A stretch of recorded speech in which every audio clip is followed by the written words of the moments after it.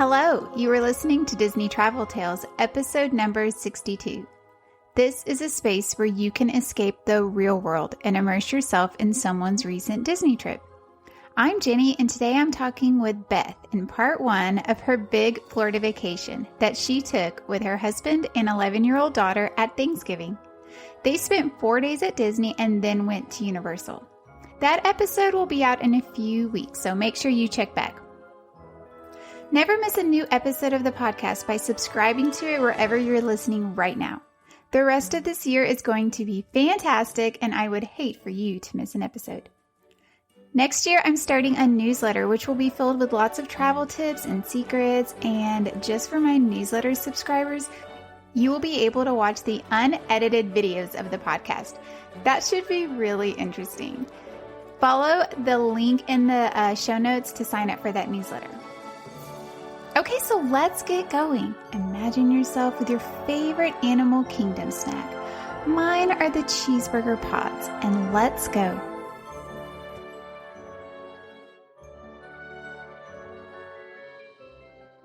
So I am here today with Beth, and Beth is going to tell us all about her and her family's amazing trip to Walt Disney World around Thanksgiving. So hi, Beth, how are you? Hi, I'm doing great.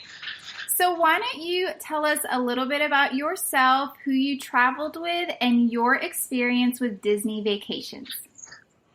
Okay, I traveled with my husband, Ron, and my daughter, Zoe. We live in a suburb of Tulsa, Oklahoma, and I had not been to Disney since I was 16, and we did kind of the once-in-a-lifetime family vacation, but my brother and I were teenagers, so we just went to Epcot. We didn't go to Magic Kingdom, so I really had always wanted to do that. And then we did kind of a canvassing Florida, we went to Tampa, and we went to Fort Myers Beach. We did Busch Gardens, Universal Studios, so it was just a little bit of everything. And then my husband had been when he was 8, and I think they did Magic Kingdom in Epcot, and then he had a little Figment toy that Oh, that's cute. held onto a little plastic figure or rubber, whatever those were. Uh-huh. And then, so in 2015, we did the Disney cruise with my daughter. She was 4. And so that was we didn't think we were brave enough to do the parks with her that age. And so then we kind of hoped we could take her when she was, maybe 7, 8, 9. But then kind of COVID hit when she was turning 8 to 9, and so we were just oh gosh, we better do it now. And so yeah, I just suddenly was seeing all my friends going, and I'm oh man, we need to do this. So Yeah, Disney is so fun with older kids. I think a lot of people are my kids are too old for Disney, but that is not the case. Take your older kids to Disney. They will love it. Yes, definitely. I feel like it has something for every age. Yes, it really does. Okay, so what were the dates of your travel? Okay, it was November 16th to November 25th. And y'all did a Disney and Universal vacation, correct? That's a combo.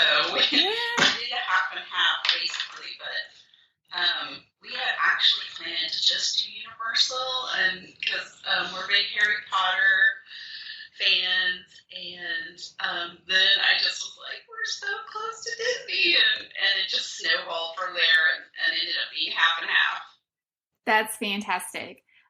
It's really great if you can make it into your trip to do both at the same time, because they're very close to each other. Okay, so let's just start with your first travel day on the 16th. Y'all flew out of Tulsa. How are the airports? Because this is a very busy time of year to travel that y'all went. Yeah, we went, our flight was at 3:50, and so we were trying to let my daughter get as much school as she could because we ended up taking her out. She had the whole week of Thanksgiving off, but we took her out a couple days because the flights were so expensive, and we were like, we can literally save $1,000 if we leave the week before, so we did that. And so the airport in Tulsa is really small, and it's not usually super busy, and it was really kind of dead when we showed up. We got there early, like at 2:30 or something like that, and there was like no one in security. We were just like flying through, and but you never know. Like in the summer, it was packed when we went somewhere. So,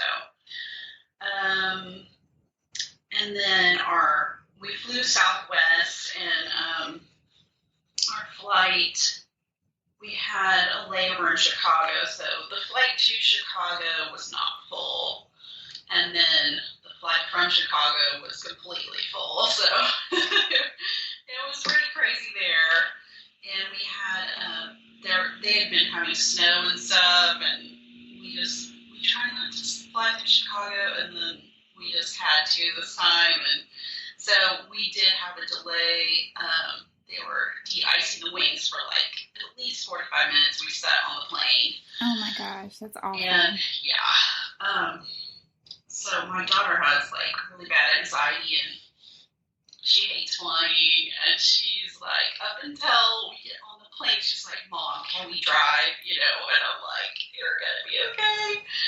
And it was hard, and so I was just praying for a smooth flight because she had gotten really freaked out on a summer trip where there was really bad turbulence, like a storm and all of this, and so we were lucky that way. It was really smooth, but we just had that little delay. So we already had a late flight because that connection wasn't until 7:40.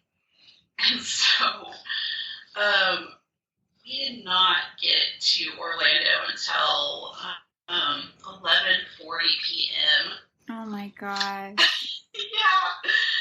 And so, like, the way the Southwest gates are there, it's like you have to take the little shuttle thing and go down the escalator, like, so we're trying to find our luggage, and then we find out the Mears was what we were taking. The Mears Connect was like on the other side, so we had to go like, back up the escalator with all our luggage, and we had so much clear across the airport, and it was just crazy. We were like, you gotta be kidding me. We just felt like we were walking for miles and miles to get to that. Yeah, that airport is very big. It's very confusing. I always just tell people, follow the signs. Just follow the signs, because if you follow the signs, you'll be okay. But yeah, it's very confusing. We've been lost in it before. Yes, and I felt like their signs were even confusing because there's like different types of mirrors, Yes. So we had like followed the signs to some counter, and she's like, "Oh, you need to go clear over, back up to level 3 and over here." And we're like, "What?"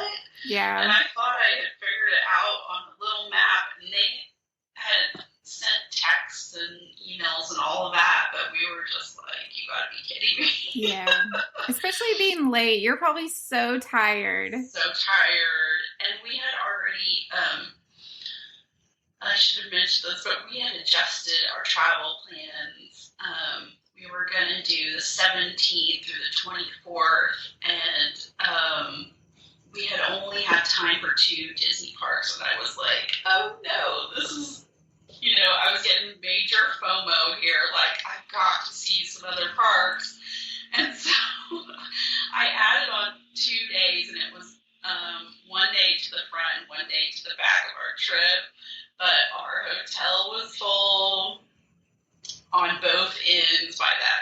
And so we had to do a single night.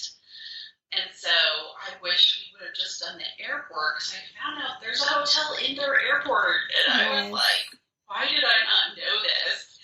And we were working with a travel agent, and she was like, I think you'll want to be on property so you can get to the park, you know. So we're like, yeah, that makes sense. And so we ended up booking the All-Star Music for that night. But so we finally found the Mears area, and we had a little QR code for them, and there was no one in line. We're like, this is weird. So they're like, just wait here. And they had a line for each resort. And so someone came and got us and took us to the bus, which was outside. And it was probably about half full. And we sat there on that bus for so long. I think it was like, so when we got to the airport around 11:40, and we didn't get on that shuttle till 12:30 a.m. Oh my gosh. After we got our luggage and traversed the airport. And so, but they didn't pull out until 12:50. Oh my We're gosh. like, come on, who are you waiting for? That, you know, they must have had other late flights or specific guests they were waiting on. And we were just, there were some angry people in front of us, and he like went out and asked the driver, like, when are we leaving? And so then it was one of those that stops at so many resorts. And so we stopped at least 3 resorts on the way, and I can't remember, I think it was like the Yacht Club was one of them, because my daughter was like, who are we staying here? I'm like, I'm so sorry, honey. She's like, why isn't this our hotel, Mom? Oh my gosh. And then, yeah, we finally got to our hotel, and so it was All-Star Music, and then there was no bellman outside, and we were just kind of like, okay, what do we do? And we had already checked in on the app multiple days earlier. I had checked in, and we just grabbed a luggage trolley that was sitting right outside their entrance, and just went to look for the room. And so I had put on our little request to be close to the entrance or the main building, or the transportation. I can't remember how they put it, bus stop. And so we were the second building over. It was the Jazz building. So it wasn't bad of a walk, but we were just like, you know, dragging. It was like 1:40, I think, in the morning when we got there. Oh my gosh. We were just like, give me a bed. So yeah, we just crashed, and we kind of, you know, checked out the room, and the rooms were pretty small. We had one of those flip down beds, and you know, we were just like, don't unpack. I think we even were debating, like, should we just keep the little luggage staying in our room? Yeah. And hawk from people. And it was so tight that we didn't end up doing that. But so yeah, we just crashed after that crazy day. That is crazy. I've always wondered, personally, I've never gotten to the resort, like, in the middle of the night, so I've always wondered what it's like. It was weird. It was deserted. Like, you know, there were some people inside talking to the front desk, but, like, when we walked back, it was just, like, dark, and nobody else was walking around. It was interesting, so we could see all the huge buildings with the different music instruments and stuff like that, and it was interesting for sure. Yeah, that's crazy. So I'm assuming y'all just went to sleep. Yeah, Yes. My daughter slept on the Murphy bed, Mm-hmm. and my husband and I slept on the other one, and we just crashed out. Did your daughter mention if the bed was comfortable? Since it is a pull-down bed, it's supposed to be like a regular bed, even though it is a pull-down bed.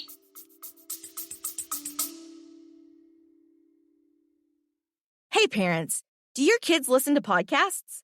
Do they like solving mysteries and flexing their imaginations? Mysteries at Riddleton Elementary is a new children's mystery podcast. Your kid can join Billy Bonanza and Susie Sockington on exciting and wacky adventures as they attempt to solve mysteries around their school. Mysteries at Riddleton Elementary is available now on all podcast platforms. She did not mention, she never complains about that stuff.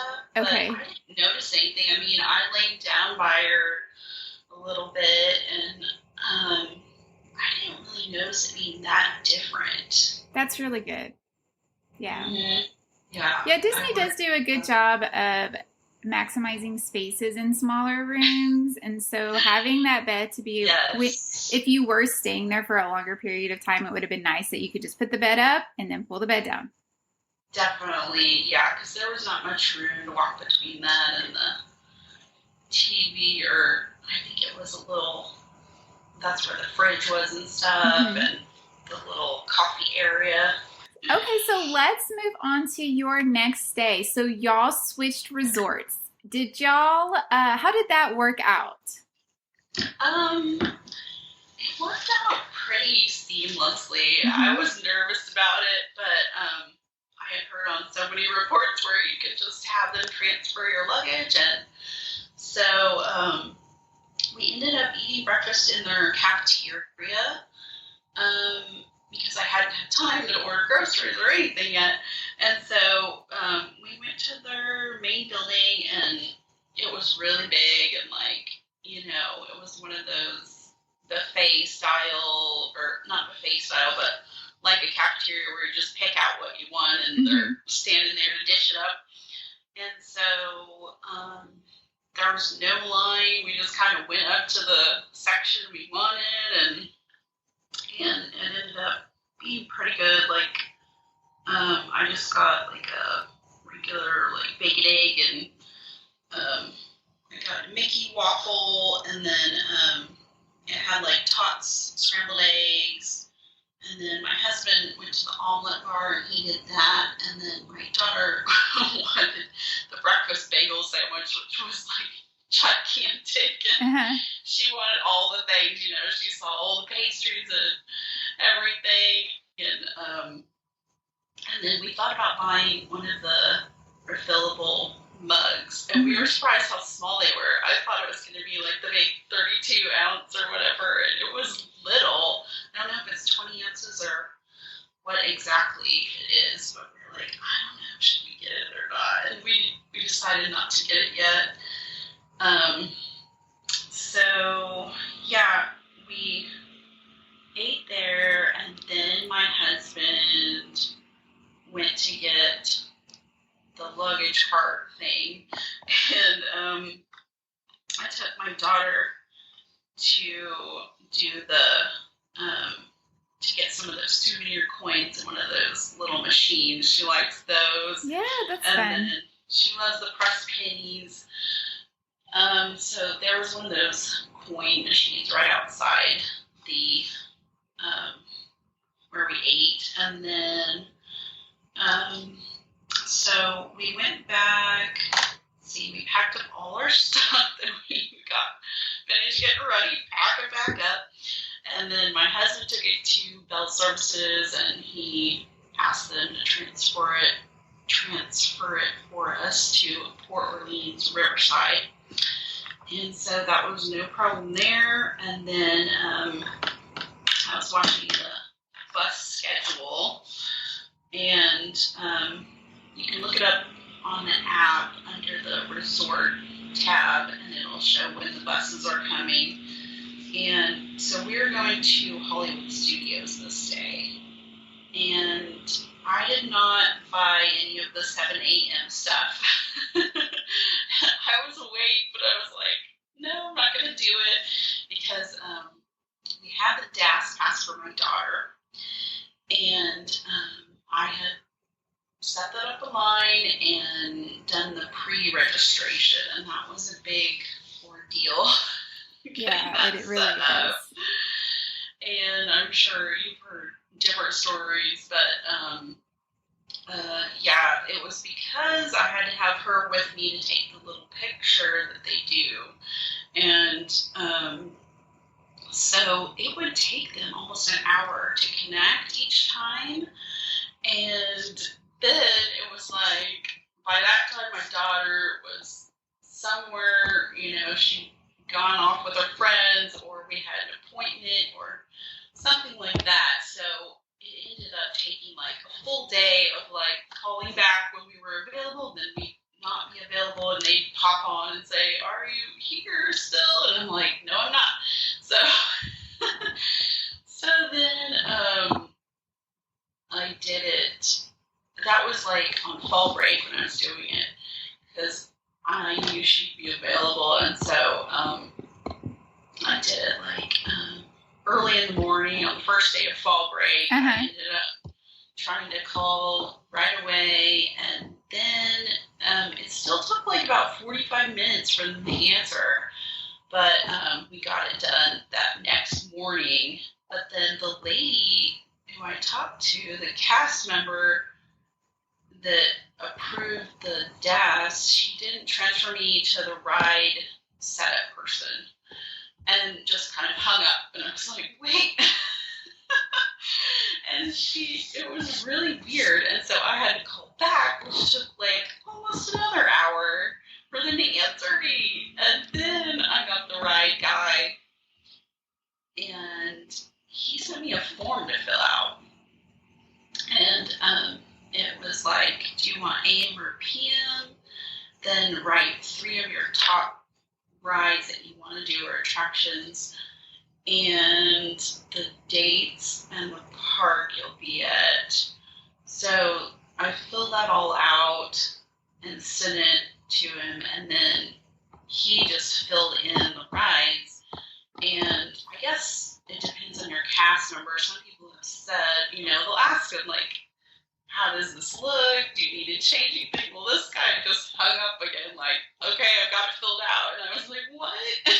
Oh my gosh. Because we had all these meals, and supposedly they look at that in your account and stuff, but we just ended up having, like, some that were super late in the afternoon, like not till 2 or 3, and some parks were better. So it was really just hit or miss, and there was just one conflict where they had scheduled a ride at the same time we had a capture your moment photo session. Mm-hmm. So I did have to do another chat to move that. I probably could have made it work, but I did.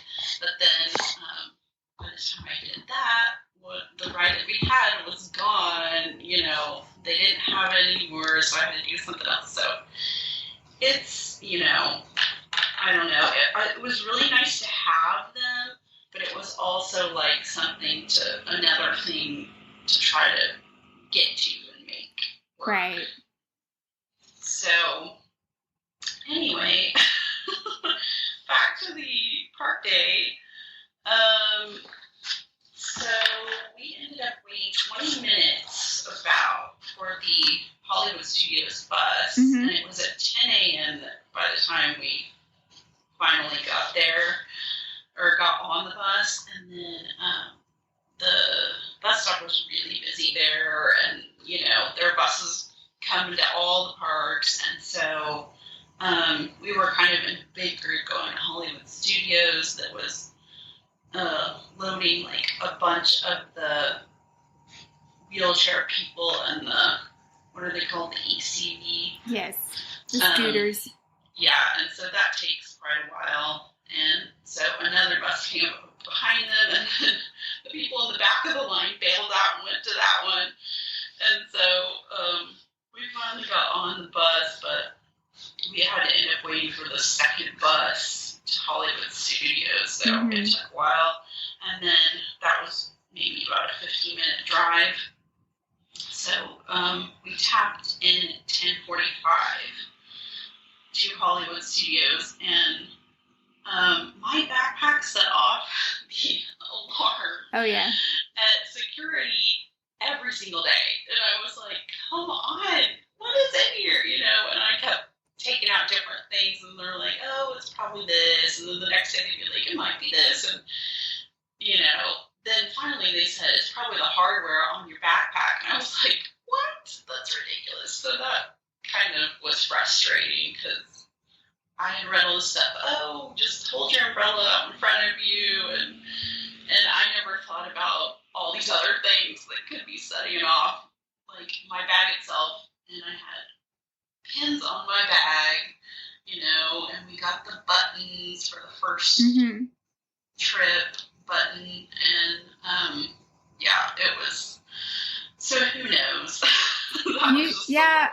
I used to always have problems with my bag going off, and it was the portable charger. So I would take that out, and now I carry my portable charger and my backpack in front of me as I walk through, and it never goes off. Oh, wow. That's interesting. It's bizarre. So it's almost like, and I think someone had told me that at security. Just hold your portable charger in your bag, like way out in front of you as you walk through it. And it seems to work. So that might be a tip for someone. Yes. Because that was one of the things I always had at least one in my bag. And I think I tried taking those out once. It was just so random. And then my daughter and my husband would never get stopped. Isn't that funny? That's the same thing with my family. It was always me. And they would be carrying bags too. And I'm like, what is going on? And he was carrying chargers. It was so bizarre. Yes. Like, okay, well, I guess we'll just have to build in time for that every day. Yeah. They're pretty quick at checking that, and, you know, they're used to it, but it was like, I want to get in the park. Yeah, I know. It's so frustrating. So, okay, when we first got in, that is when, after you scan in, then you're able to schedule the DAS pass rides. And so I checked on the app, and it was working. And so I scheduled Slinky Dog for 12:33, and I was not confident my daughter would want to ride it. She's a very timid rider. And so I was like, well, I'm just going to do it, and then we'll go look at it, because I knew it would be a hard one, you know, always a long wait. So we did like the photo pass. We found the guy right there on the main street, and did one of those. So that worked out well. And I had bought the memory maker for the 3 days, I guess. 3-day one. And then my daughter wanted to look in the shops. All those shops were calling her. Those shops at Hollywood Studios, they are like, they do call you in. Yeah, they look so cute. They're so cute. And she was looking for a Loungefly, and she was also looking for a Spirit jersey. And so we looked in there for that, and she was not super excited about the selections. And it seemed like, you know, they had so much repeat merchandise, like almost every single store had the same stuff, and especially the 50th stuff, and she was not super into it. And so that was kind of an ongoing search throughout our trip. Let's see. So we were kind of getting our bearings, and we didn't have anything till 12:33, and like, I probably should have scheduled like something that was soon, you know, coming up sooner, and just gotten it over with, because our pre-booked DAS, the first one wasn't until 12:30 that day, and it was the Muppet Show. Which we probably didn't need, you know, a pre-booking for it all, but that was like one of the things that knew she would do. Like, there were so many thrill rides there, and Yeah. my husband and I don't really like those either. But I was worried about motion sickness with myself, and so I got those ear patches from my doctor. Oh, yeah. To try those, and then I also brought like Dramamine and all of that, and so I was determined to not be miserable on the rides. Yeah, that's so hard when, if you suffer from motion sickness. I don't suffer from that, but there are rides that I get off and I'm like, that now I don't feel very good. Mm-hmm. So it can put a big damper on your trip. Right. Yeah, and I wasn't sure which ones would do it. I hadn't done any amusement park stuff in so long. Mm-hmm. But it seems like every year the motion sickness gets worse, like just car and airplane. I sometimes get it, so yeah, I wasn't sure. And then, so we walked around and took some pictures, and then I noticed the Mickey and Minnie's Runaway Railway was right there, and it was actually, like, I checked on my app, because I was like, I don't see any people over there, and it was down at the time, so I guess the line had dissipated, and so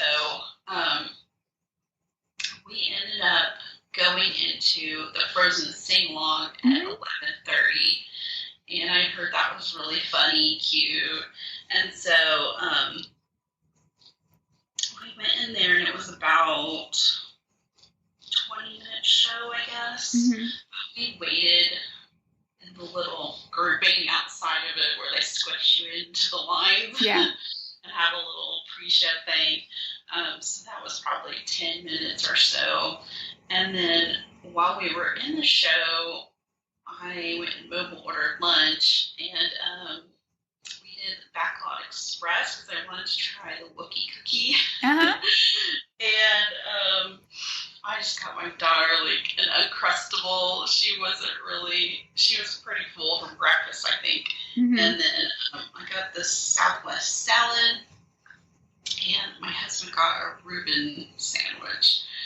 And so after the show, we went and grabbed that and kind of took a break and looked at the phone, like, what are we going to do? And that was kind of a super average. Like, I was like, I had done all this research, like, what are we going to eat? I want to try all this. And it was kind of like, this is probably not a great choice. Like, the salad was really spicy for me, actually. It wasn't that bad, but it was pretty spicy. I think my husband thought the sandwich was fine, but the cookie was gigantic. And so we were like, oh my gosh, we cannot eat this thing. And it was okay. My daughter wasn't super into it. And so we kind of took a few bites and, I wrapped it up and put it in my backpack. Mm-hmm. And there it lived for the rest of the trip for me. A tiny bit. I was like, oh gosh, first day cookie. Yeah. Still here. Oh my gosh. And so while we were eating, I got an alert that Slinky Dog was down, and so we got an anytime or any attraction pass for that, for the lightning lane being down. And it was interesting because I scheduled it with the Dad's Pass, but we had gotten just a regular lightning lane, so my husband and I could use it by ourselves. And so I was like, oh, I'm going to save that for later. Mm-hmm. And see, depending on how my daughter's doing. And so by the time we were done eating, it was pretty much time for the Muppet Show. So we walked around over there a little bit and looked at the Muppet decorations and stuff. That was cute. It is cute. Piggy fountain and stuff. And my husband and I, of course, grew up with Muppets and, thought that was really fun. That is a fun show. I think a lot of people pass it up. It's funny. Mm-hmm. And I mean, everyone knows the Muppets for the most part. I think people should stop in and see it. Yes.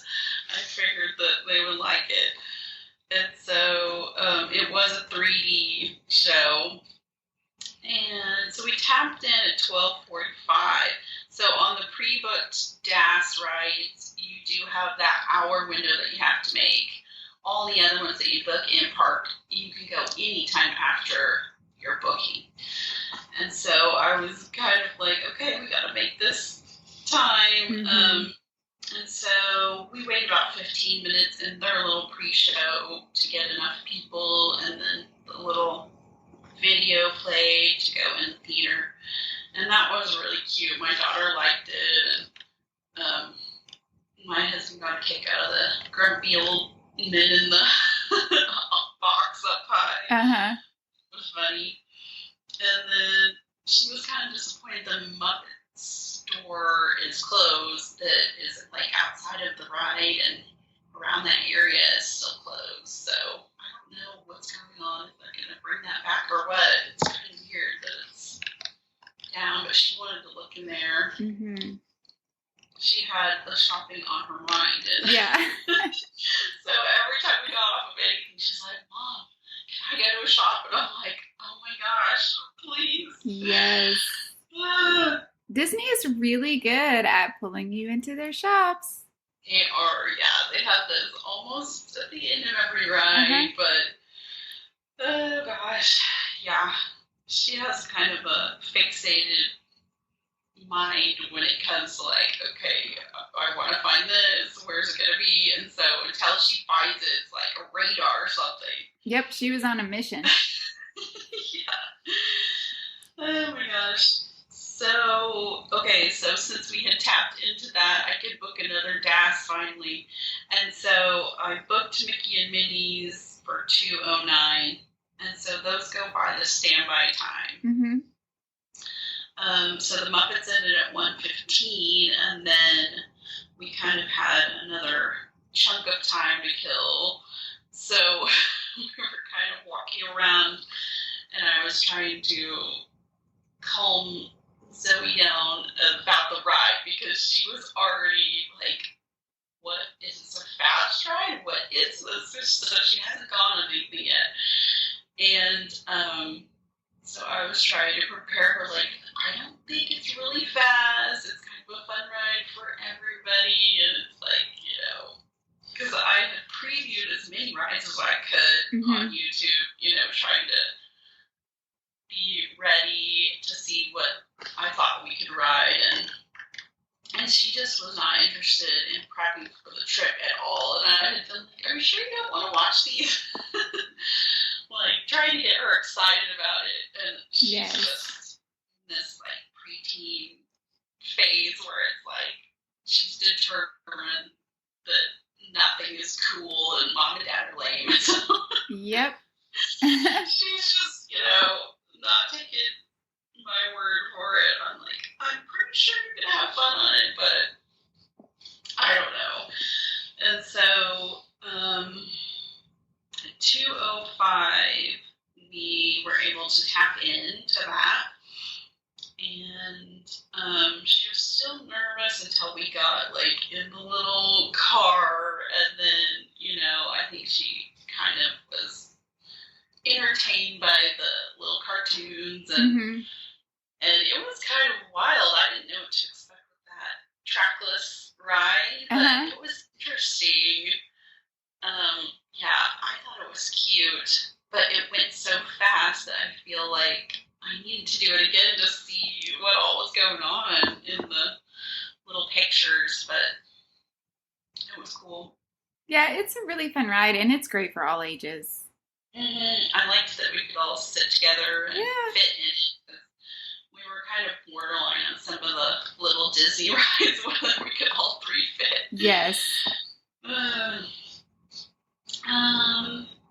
So after that, we walked through that Walt Disney exhibit. And I was trying to get her to go try some more rides. Because we had booked on the other DAS Pass ride was the Toy Story Mania. And so we were heading towards Toy Story Land, and let's see, after the Mickey and Minnie's, I booked Rise and I think it was really long. I think it was around 4 o'clock. Mm-hmm. And so she was like, I'm not going on anymore.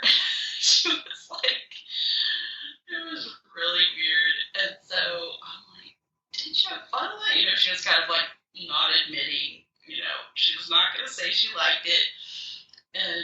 But she seemed fine in the ride and stuff. And so I was trying to find like other shows we could go to, you know. So we walked through that exhibit, and they had the Strange World preview going, and so we sat and watched that, and it was pretty long. It wasn't like the normal little preview they show at the theater. Okay. It was more like maybe 10 minutes or something like that. Kind of a decent chunk. Yeah. And,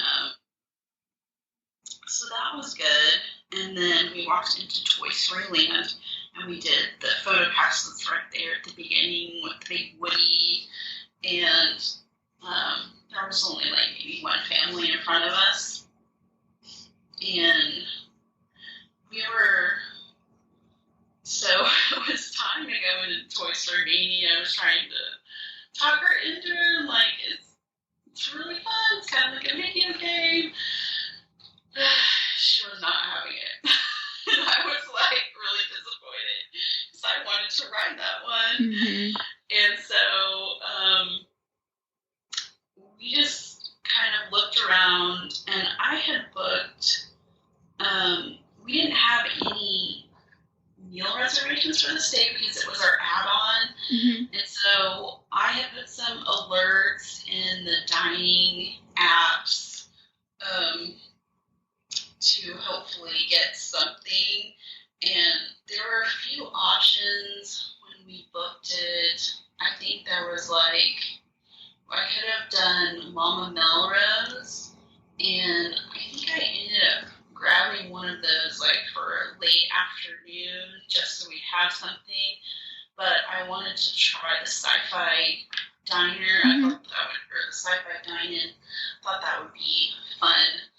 And so one of those popped up, so I ended up grabbing that. And I can't remember if it was, I think it was like at the airport, because I remember the day before telling my husband, like, ooh, I got the lunch we wanted, and then he's like, okay. He like did not take part in hardly any of the planning, so he's like, I don't know what's going on. Right. But so that was a 3:20, and so we kind of headed over there after we looked around at the Toy Story stuff, and she, you know, she saw the ride entrances, and she was like, I'm gonna do it, and I'm like, okay, I'm not gonna force, you know, because I was like really nervous about pushing her too much and then, you know, shutting down. Yeah. And so I'm like, that's fine, I'm flexible. I keep telling myself to not be a slave to the schedule that I had made. Yeah. And so, yeah, we kind of were discussing it off and on, and then we're like, let's just make our way over to the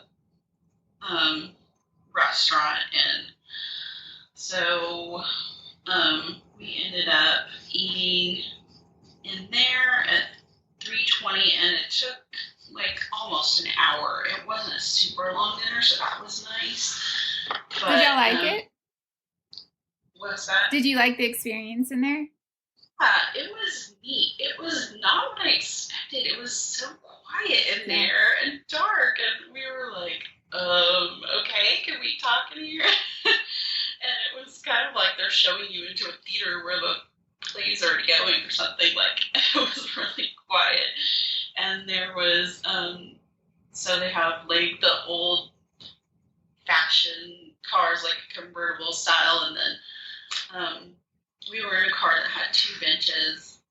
So my daughter and I sat in the front, and my husband sat behind us, and then some of the cars had 3 benches to fit more people. And there was like the little speaker box close to your car with the movie sound, and it was fun to just, see the old ads. I don't even know if they were playing like a full movie when we were there. It seemed like just old advertisements and clips. There was maybe a little bit of a movie that we saw, but it was kind of a nice opportunity to just veg out, like, by now we've been there several hours and we were like, okay, let's just regroup. And so if you need like a quiet kind of a calm meal, it's hard to find that at Disney. Mm-hmm. And so that was nice. Yeah, it's dark and quiet and cold. Yes. Usually the AC's on, and especially in the summer, it's a great spot to just... I bet. Yeah. We were so lucky with the weather. I forgot to mention that, but this day it was sunny, and I think the high was only around 70. Oh, that's perfect. Yeah, so it was like, I wore pants and, like short sleeves with a sweatshirt most of the day. So yeah, it was amazing. Just amazing. It was sunny this day. It was so nice. So after we did that, it was about 4:15.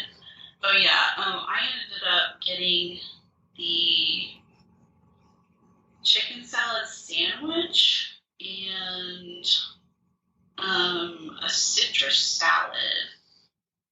And my daughter, only ate fries. I was like, hey, are you sure? You only want fries. And then she got one of those, special kid drinks with the glowing ice cube.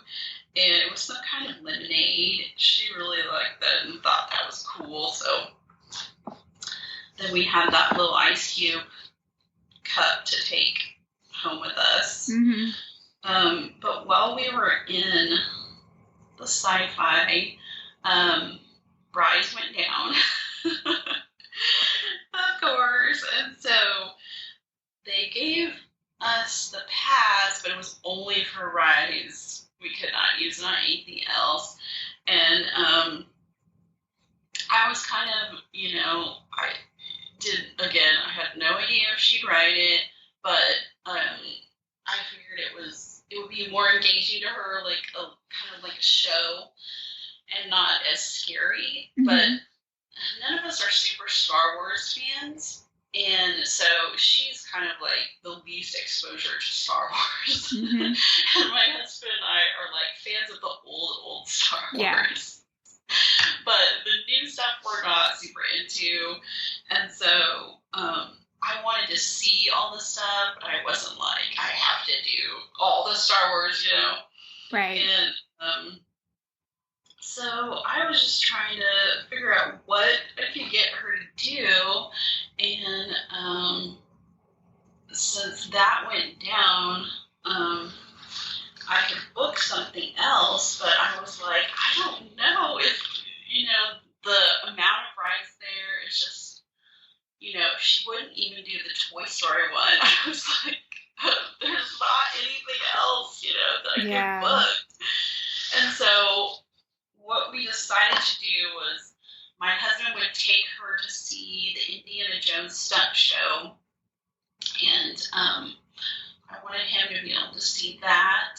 And then I decided to go by myself to look around Galaxy's Edge, and then make my way over to Slinky Dog and use that lightning lane. And so that's what I did. I just walked through pretty quickly and trying to look at all the stuff, and I kept looking at the prize line, and they still had the cast members out there ride us down. They were telling them as I walked by, it's going to be a while, don't wait, basically. Mm-hmm. They were trying to get rid of the people because they were waiting and waiting, to see if it would pop open. And so I thought that was funny. I was like, okay, I don't have to worry about that. And so I walked through and I saw the Ronto Roasters, little robot guy. And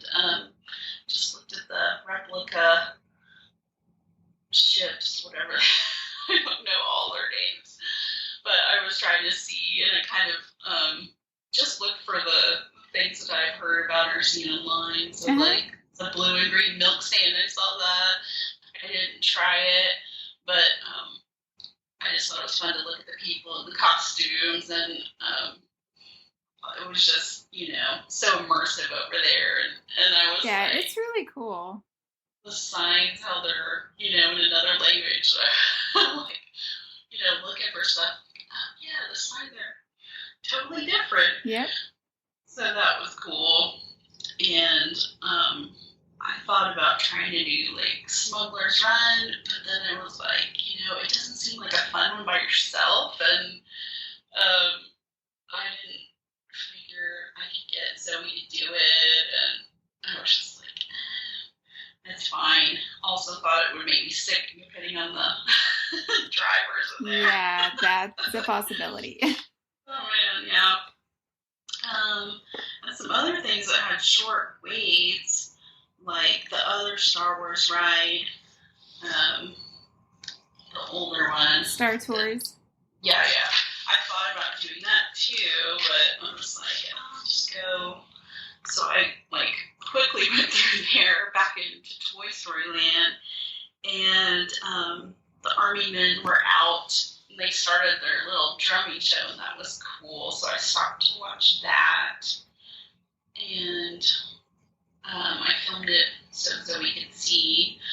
And then I went over to Slinky Dog, and it was 4:45 when I tapped in.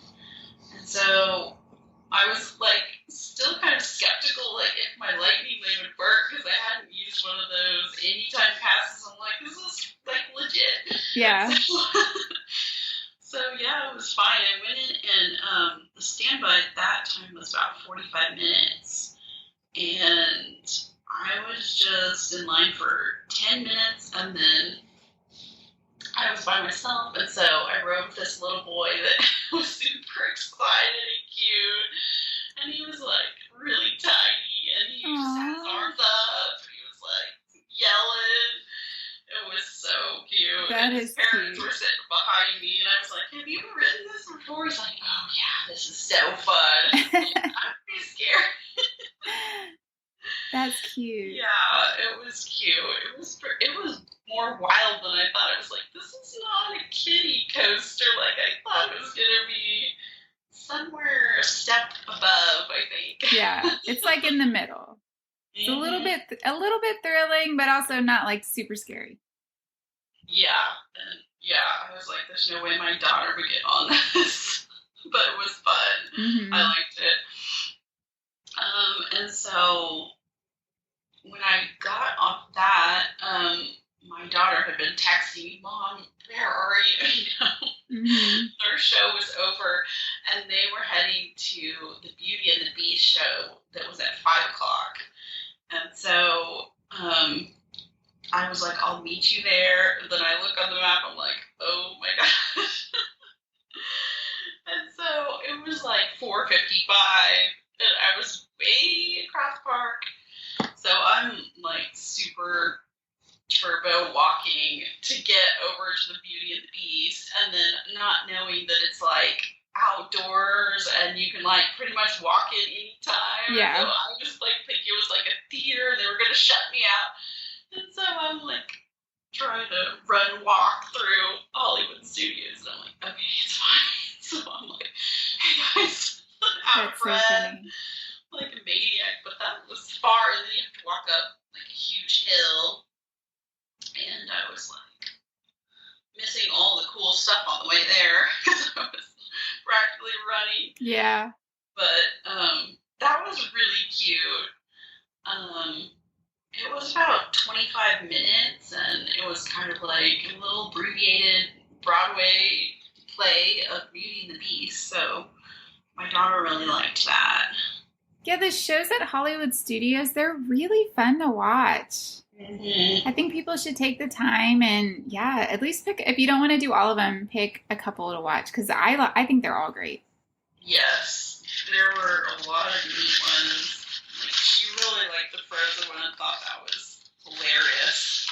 Yeah, the Frozen one is very funny. Yeah, She was trying not to be like, cracking up, but I could tell.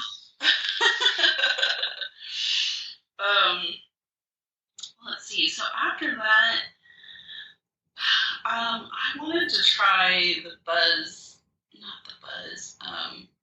the Cars show. Lightning McQueen Racing School. And I wasn't sure, like, exactly, like, is it a show? And she kept asking me, I'm like, I'm pretty sure it's just a show. It's not a ride. And then I was like, maybe it's kind of a combo. And I was like, I don't know. And then she was like, Mom, I don't want to. Let's just leave. And I was like, oh, no.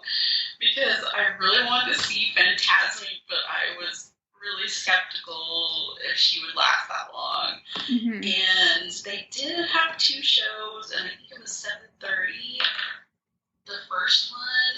And when we came out of Beauty and the Beast, there was already a huge line waiting to get in, and I was like, this is before they started back with the dining packages, and so I was like, I don't know, there's already so many people here, and I knew she wasn't going to wait in a 2-hour line to go into it, and then I was like, all these scenarios, well, maybe my husband can wait a little bit, and I take her to do something, then we swap, but, I was hard too. I'm just like, let's just not, So, she wanted to go shopping again. And so we went into the shop that was closest to the Beauty and the Beast exit. I can't remember what it was called. But she did not see a Spirit jersey in there that she liked either. But she wanted this jacket that was like, I forget what it was called now, but it's like really fuzzy, soft, and they're super expensive. Like they had matching sweatpants and a jacket, and I was like, oh my gosh, like this is what you want, are you sure? And I had gotten her gift cards, and I was trying to like dole out, one for each park. Yeah. But this thing was like way more than the gift card. I'm like, okay, I'll give you tomorrow's gift card, but you can't ask for anything at tomorrow's park, if you don't have money. And so, of course, she was like super impulsive. She's like, yes, I want now. Yeah. And so she got the super cuddly coat, and by this time it was pretty cold, and so she really wanted to put that on, and it was like gray with a black Mickey on it. And so I let her get that. And then it was probably 5:45 when we decided to just head for the entrance and wait for the bus. And we waited and waited for the Port Orleans bus. We're like, come on. And I had seen several things where, like, if the French Quarter bus comes first, just go ahead and take that. And it's like, oh, I saw, like, 2 French Quarter buses right by us. I'm like, Ron, let's just get on that. It's only, like, a 10 or 15-minute walk between. He's like, oh, maybe we should give it another 5 minutes, So it was 6:23 when our bus came. And so, yeah, it was like 40 minutes or more, 45 minutes that we waited. That is a really long time. Crazy. Yeah, I mean, maybe we had just missed one, like, pulling away. I don't know. It was strange. I was like, you gotta be kidding me. So it was about 6:40 when we got to the resort. And so we hadn't been there yet because we had been all day, and that was weird. But so I had done the online check-in, and then we got our room assignment on the app, and so We weren't for sure which bus stop we needed because we hadn't been there yet. Mm-hmm. And so I was looking on the map. I'm like, I think this bus stop. And I think it was the east one we ended up getting off at. And let's see, I'm trying to remember the name of our building now. I can't think of it. But it was really close to the bridge that goes to the main building, and I had put, like, we had the royal rooms. Oh, yeah. And then I put, like, the preference was to be, close to the bus stop. Uh-huh. And so it was pretty close there. And so it took us a while to find the room from the east bus stop. Mm-hmm. That is a huge resort. Huge. It is. Yeah, we were like, oh, I think we're going in the right direction. And the app is pretty good with the little map, like I need to go here. But it's like a little delay where you're like, should I be turning? And then it'll jut forward and you're like, oh, right. I should turn back there. So that was interesting. But so we went straight to the room, and then we called to ask if they could bring our bags to us.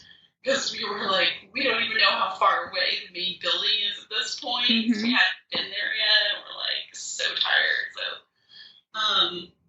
So that worked out fine, and they brought our luggage to us, and it wasn't too long of a wait. And what did y'all think about this resort? I thought it was nice. I didn't like that it was so big, and I had, like, when we changed our plans, I thought about switching to French Quarter because it was available. Mm-hmm. But I had so many people talk about how they loved Port Orleans, and it was really nice, and then it had like a little bit more options as far as like eating and just a larger resort having a little bit more stuff like gift shop and all that. So I'm like, oh, let's just keep it. And so I thought the rooms were really fun, and that was the original reason why I picked that one, because I wanted like kind of a nicer, more moderate style, but then wanted some Disney stuff, so I didn't want just like a regular hotel room. So I thought that was a really nice kind of compromise, because it was a little bit more grown up too.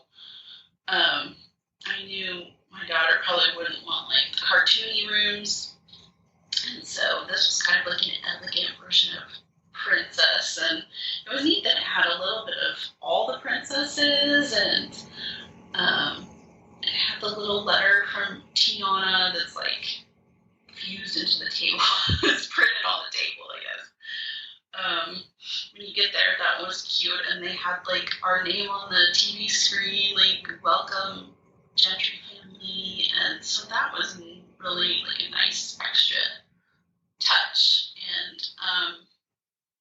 the little headboards with the had like, I don't know, like a night scene with the trees and like water, and you can hit a little button with it and it'll make little fireworks, like little lights. Mm-hmm. It was really pretty.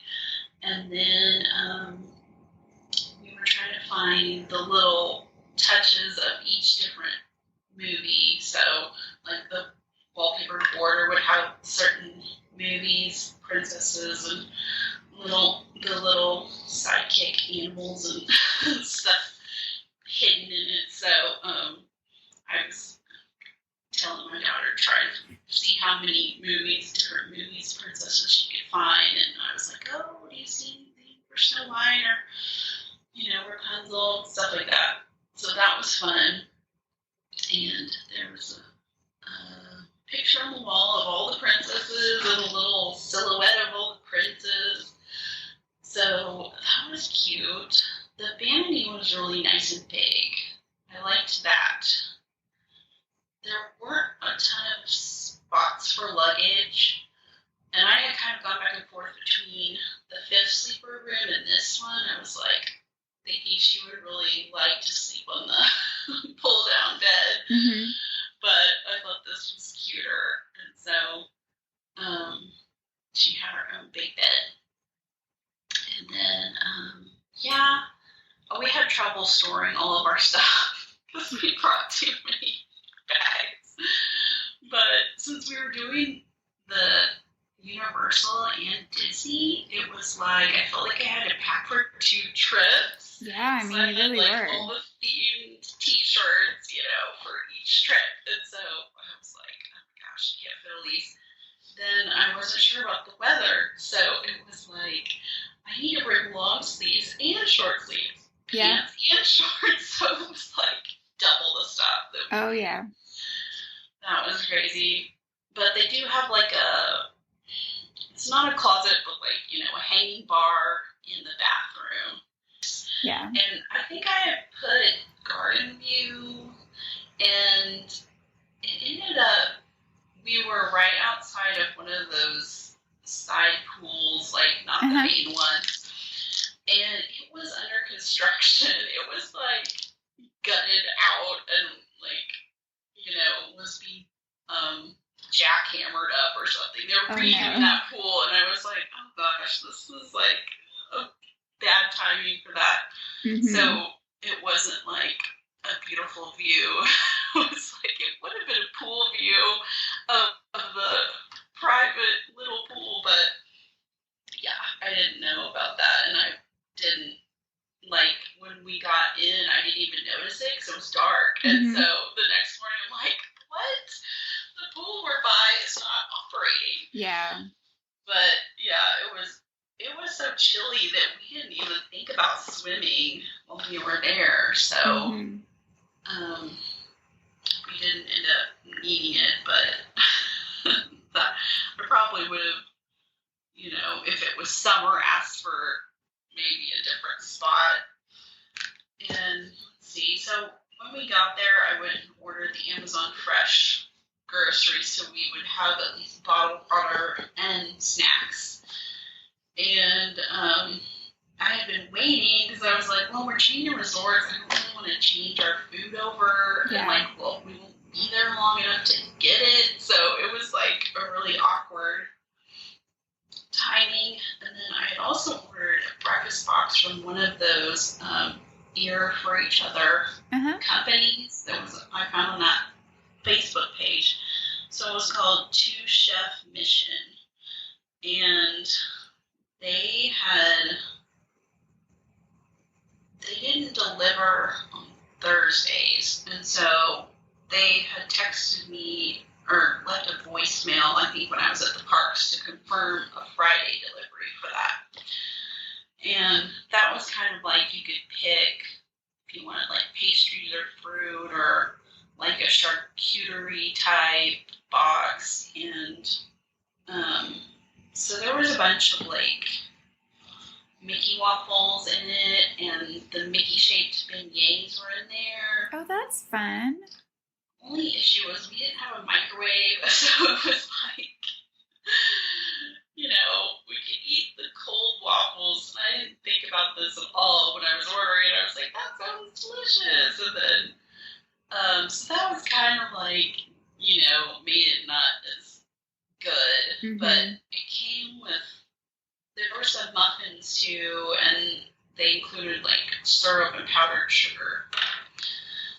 So that was nice if we didn't feel like going, and my daughter was fine with eating that. And then we hadn't eaten dinner, so we ended up mobile ordering to the Riverside Mill food court area, and my husband went over to kind of check out the building and pick up the food. And that was it. That was our first day. That was a really busy day. A new resort, a park, y'all did a lot. Yes, we did. Well, let's just move on to your next day. Which park did y'all visit?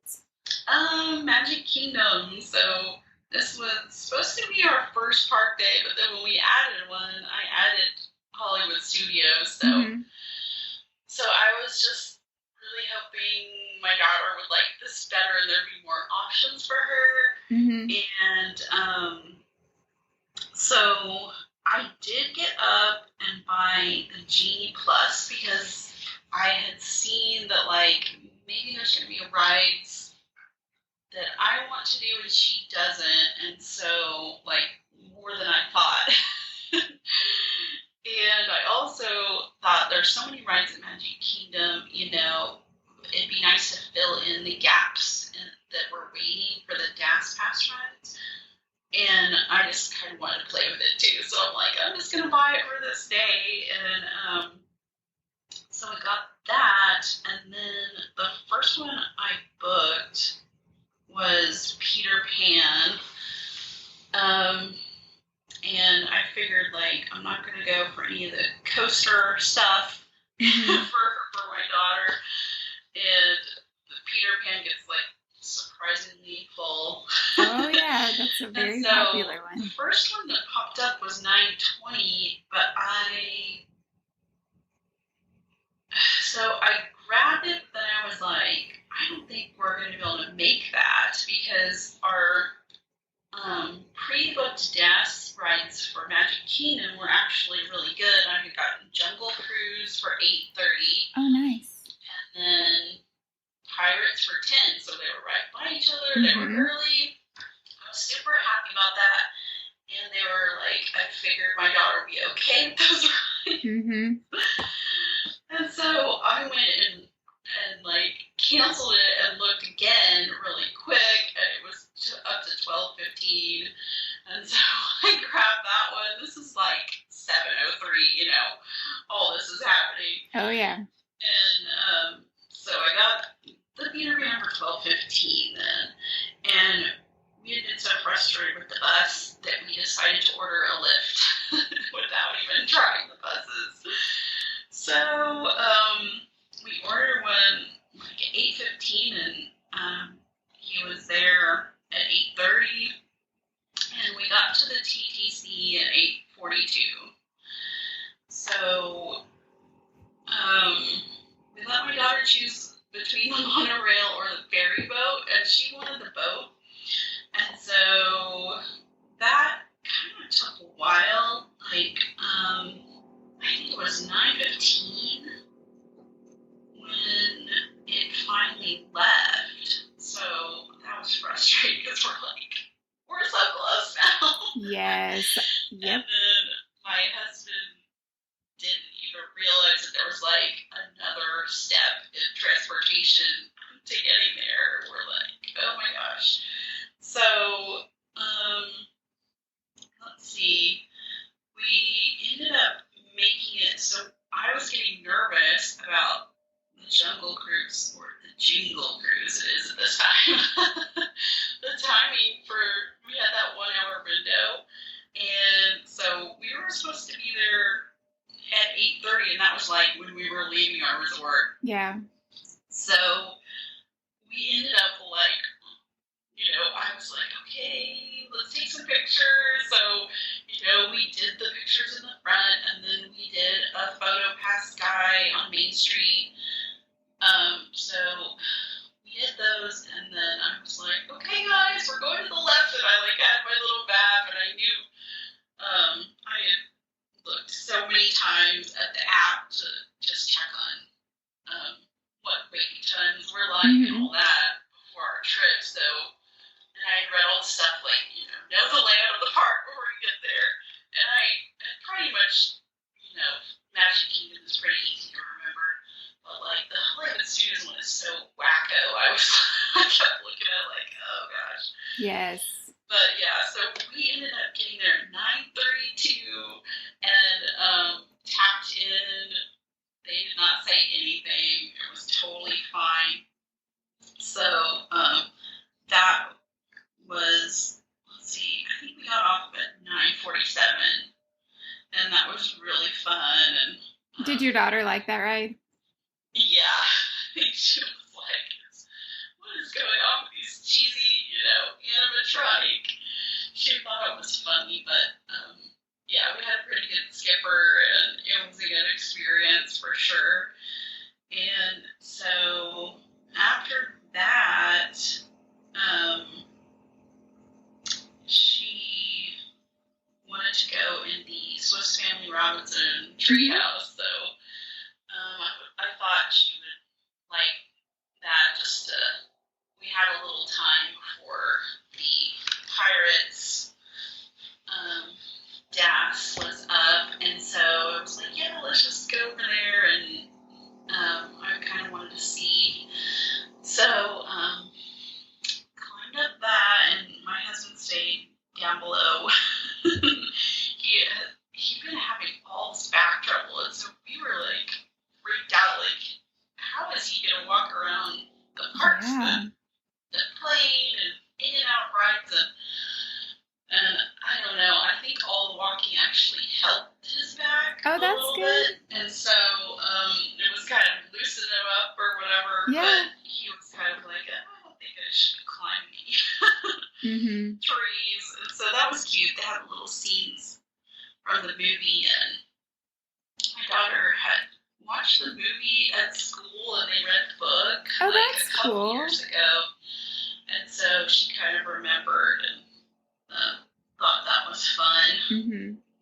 And so that took a little chunk of time there, and then she wanted to get the popcorn bucket. She saw the stand and she smelled the popcorn, and I was like, Zoe, they have really cool popcorn buckets, and like, she saw they had the Toy Story one there, which is like a pyramid of blocks, characters on it. Well, she was like, how in the world do you eat popcorn out of that? She just like could not figure, she couldn't wrap her head around it. And so I was like, do you want the Toy Story one? I'll get it for you, because I was kind of like, oh yeah, this is a thing. Yeah. She was like, no. She just wanted the regular popcorn bucket, which is like a little 50th design, I think, on it. It was cute, but she just wanted the regular one, so that's cool. It's easier for me to carry. They are easier to carry. Yeah, I'm like, I don't know how we did that in our luggage, or... Yeah. Oh, yeah, those are so funny. But, so, I guess we had the Pirates, so I guess it's 10:30. So I was like, oh, there's a little show here you'll probably like. So we went in there, and there was no wait, It was just like a little entry room, and then we went in, and that was pretty cute. She liked it. So that was 10:10. And then we went into Pirates at 10:30, and she really liked it. I was nervous because it was so dark, and then there was like a little surprise drop that they had. But she was just super interested in what was going on the sides with those pirates and the little conversations. She was a little disturbed by the smell, though. That's one of those where they have that weird scent in there. And yeah. Kind of like, what is this? And so, but she really liked it, and she had just watched those movies like over the summer. Oh, that's cool. So it was kind of fresh in her mind. But she liked the Pirates of the Caribbean. Like, this was why they made those movies. Yep. We didn't see they had the Jack Sparrow character a few times in the ride, but we didn't see the actual character outside when we were there. So that was a win. And then, let's see, I was trying to think of what I booked after we tapped in. Let's see. I booked the Haunted Mansion for 11:30.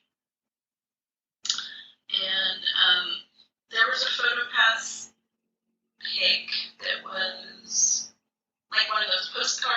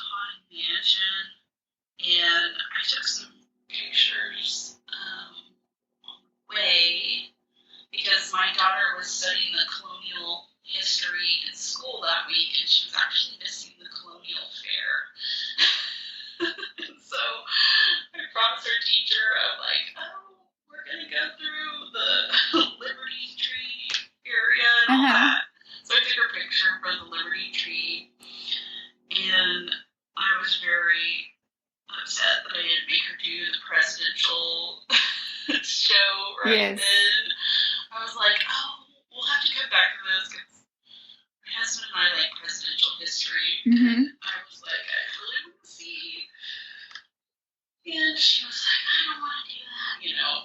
She was grumping about it.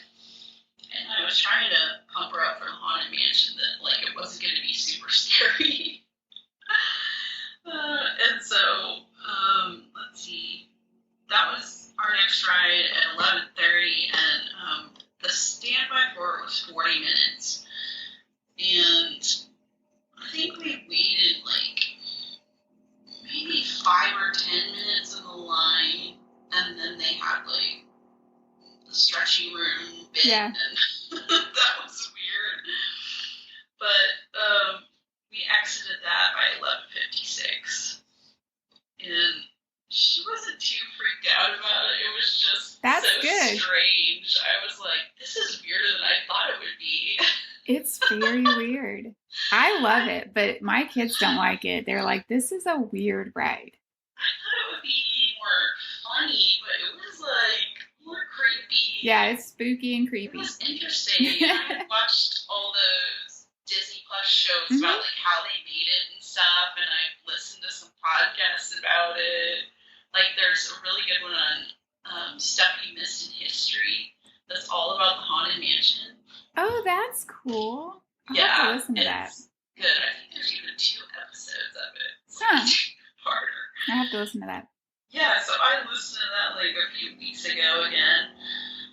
But it was interesting. I'm glad I did it, but I'm kind of like, I don't know if this is what I would do every time. it was so dark. Like, a lot of those dark rides, I was like, these are so dark, you can't even see what they want you to see sometimes. It's weird. Like, I guess it would ruin the illusion if it was lighter in there, you could see the track and stuff, but yeah, it was interesting. Well, and a lot of the effects are like from mirrors, and like, so I think they can't have any light because then you might see it reflecting. Like I know in the ballroom, I'm pretty sure it's like mirrors up top that are like reflecting down. And so, yeah, but it is very dark. Like there are parts in it you're like, it is like pitch black. Yeah. That was funny. And we did a little photo pass that was right outside it. And they had one of those magic shots where they put the hitchhiker ghost in there. That's fun. That was cute. And I kept forgetting to ask about the magic shot. And so I think that's the only one we ended up having. And I don't know if we just didn't come across the guys that had them or if they didn't offer them up or what. So I think only certain photographers have them. So it's kind of like if you stop with that certain one. Because if they have them, they'll do it. Okay, yeah. Because I kept hearing, like, you have to ask them for the magic shots. I'm like, are they, like, withholding the magic shots? Yeah. No, I'm pretty sure it's certain photographers. Okay, yeah. Because they wanted us to do, like, a hitchhiking thumb. Yeah. Look in a certain way. I'm like, okay. Oh, that was funny. Let's see. So when we were back there, we were trying to figure out if there's another show we could hit, and we were going to go over to Country Bears, and I was like, this looks so cheesy, but my husband is a campus minister at the University of Tulsa, and some of his students are like super into the Country Bears. Like they think it's like a really cool, I don't know, like it must have been part of their childhood or something. And so I don't remember ever seeing that movie. But yeah, so he was like, oh, we gotta go there so I can take some pictures and video for so-and-so. And I'm like, okay. And I figured it's another show for my daughter, so we started to head over there, and then the Festival of Fantasy Parade started cutting through there, and we're like, oh, what's going on over here? There's a huge crowd. And so we sat there and got a really good view of the parade. We just kind of walked up along the edge there on that little cut-through rode by the pond, and we watched most of that. So that was cool. I love that parade. Yeah, it was neat. There's so many characters, and it was just fun to see them. And so we went after that. That was like 12:10, and then at 12:20 we went into the country fair show, and it was interesting. That's weird. I was like, wow, they really need to update some of this. Yeah, There's some like questionable lines in that. I'm like, whoa, I'm surprised they still have this going. Like, I don't know. It was interesting. I think they don't change it because of the Disney purist. I think they would like lose it. Oh, yeah, maybe. I'm just like, I'm surprised they haven't updated this. They updated too, though. I don't know. Yeah, it is. It's weird. It was funny, but that was only like 12 minutes long. And there was a press printing machine in there, so my husband ended up buying like the full set of the bears, and he gave 2 to my daughter, and then he was gonna give some to the students that liked it. That's cool. Yeah. And then let's see, we were finally ready for the Peter Pan flight, and that was the lightning lane I had done for 12:15. So the standby was now 70 minutes. And we tapped in at 12:50, and it was over by 1:03. But I thought it was cute. It was, my daughter was kind of worried because she's like, is this a boat ride? I'm like, no, but it's still slow, you know? Yeah. Because I knew it was going to be in the air, flying over the stuff, and not on the boat. So she was, again, having anxiety about that. I'm just like, please just try it. You know, this is a standard little kiddie ride, and we need to try it. So I think she liked it, but still not as much as the ones on the ground. Yeah. And so our reservation for this day for lunch was Be Our Guest. And the reservation was at 1:05, and so at 1:03 we got our Peter Pan. We just like were right by there. Yeah. I'm like, this will work out great. So we just walked right over and checked in with the cast member that's down below the castle or outside the bridge. So they pretty much seated us within 5 or 10 minutes. It was really fast. That's nice. Yeah. And my daughter was kind of grumpy by this time. And, you know, she needed that break. So I'm glad that I booked it. And this was like the only one she had really chosen. And I had been like, would you rather read in Cinderella's castle or the Beast's castle? And she's like, the Beast. And I was like, okay, we'll try to get it, you know. And but I knew she's 11, so it was the adult pricing. She's super picky, and I was just like, you know, it's gonna be neat to see in there, and we'll probably need a break by then and stuff. So just swallowed the cost. Yeah. But and then they had raised the prices, like, you know, between the time I booked and when we went, it was like a little bit, even a little bit more, but that is a really expensive meal, and it's yes.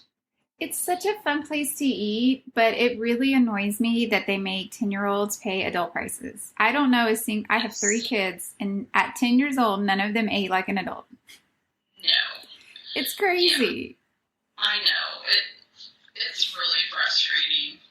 And it's like, they know you're going to do it, and you're going to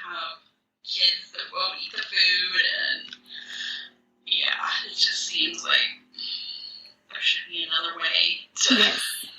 There should be another way. You shouldn't, I mean, I get it maybe like at 12, but even, I mean, when we went to be our guest, my kids were 14 and 13 and they still ate. We paid the adult price, but they ate off the kids menu. Yes. So I don't know. Yeah, she ordered the mac and cheese and chicken strips, and I think the waitress was really nice, and she showed me she could order the mac and cheese as a side dish instead of the main dish to have so you could have chicken and mac and cheese. And so we did that, and then she got 2 sides with it. And I think the other one she picked applesauce, and it was peach applesauce. I think it was a little bit different, but so I ordered the pear salad, which was really good, and my husband ordered the pear salad too, I think, and then he ordered the filet mignon, and I ordered the chicken dish, which I didn't think was great. He said his steak was good, but it was kind of weird. It wasn't like a chicken breast, it was maybe a pie and something else. Interesting. The potatoes were super pureed, almost watery, just a flourish on the plate. Yeah. And I was kind of I'm getting some more potatoes here, and then maybe 2 little carrot sticks or something. So it was not super great. And then the dessert was the trio of desserts, and it was little macaron and chocolate truffle, and then the mousse, the gray stuff. But my daughter was able to get the little chip cup that you can paint, so she thought that was cute. And I don't know, I didn't think the dessert was super flavorful or delicious for what it could have been. Yes. Just yummy, hear about all the yummy French food over at Epcot, and you're why is this just average? Yeah, no, totally. Yeah, so it was probably a one and done type experience for us, but it was neat. I mean, I walked to the other rooms to take pictures. We were in the main room, and it was really loud. We were kind of close to one of the windows where it was the snow in the window. That was cute. And the Beast came out, and he appeared, I think, twice during our meal, and just kind of bowed, and he stayed on the walkway and just kind of passed through. And so, yeah, I tried to you couldn't really take great pictures in there, and took a little video of him, but yeah, it would be nice if they had Belle come, or at least be outside, to take pictures. Yes. But I meant to go find her in the cottage, and we just totally spaced out on that and never fit it in. But I've heard she's in there, but she's not going to be in the story time yet. Yep. So that ended up taking till 2:50. So fair amount of time. And we, the waiter was pretty good, but we did wait quite a bit between the dishes and to get our ticket and all that. Could have been a little quicker, but it wasn't bad. And so we went in to see Mickey's Philharmonic Magic Round. I thought she would like another show. Did she like that show? She did, yeah. I love that show. Cute. It's so fun. Yeah, it was fun.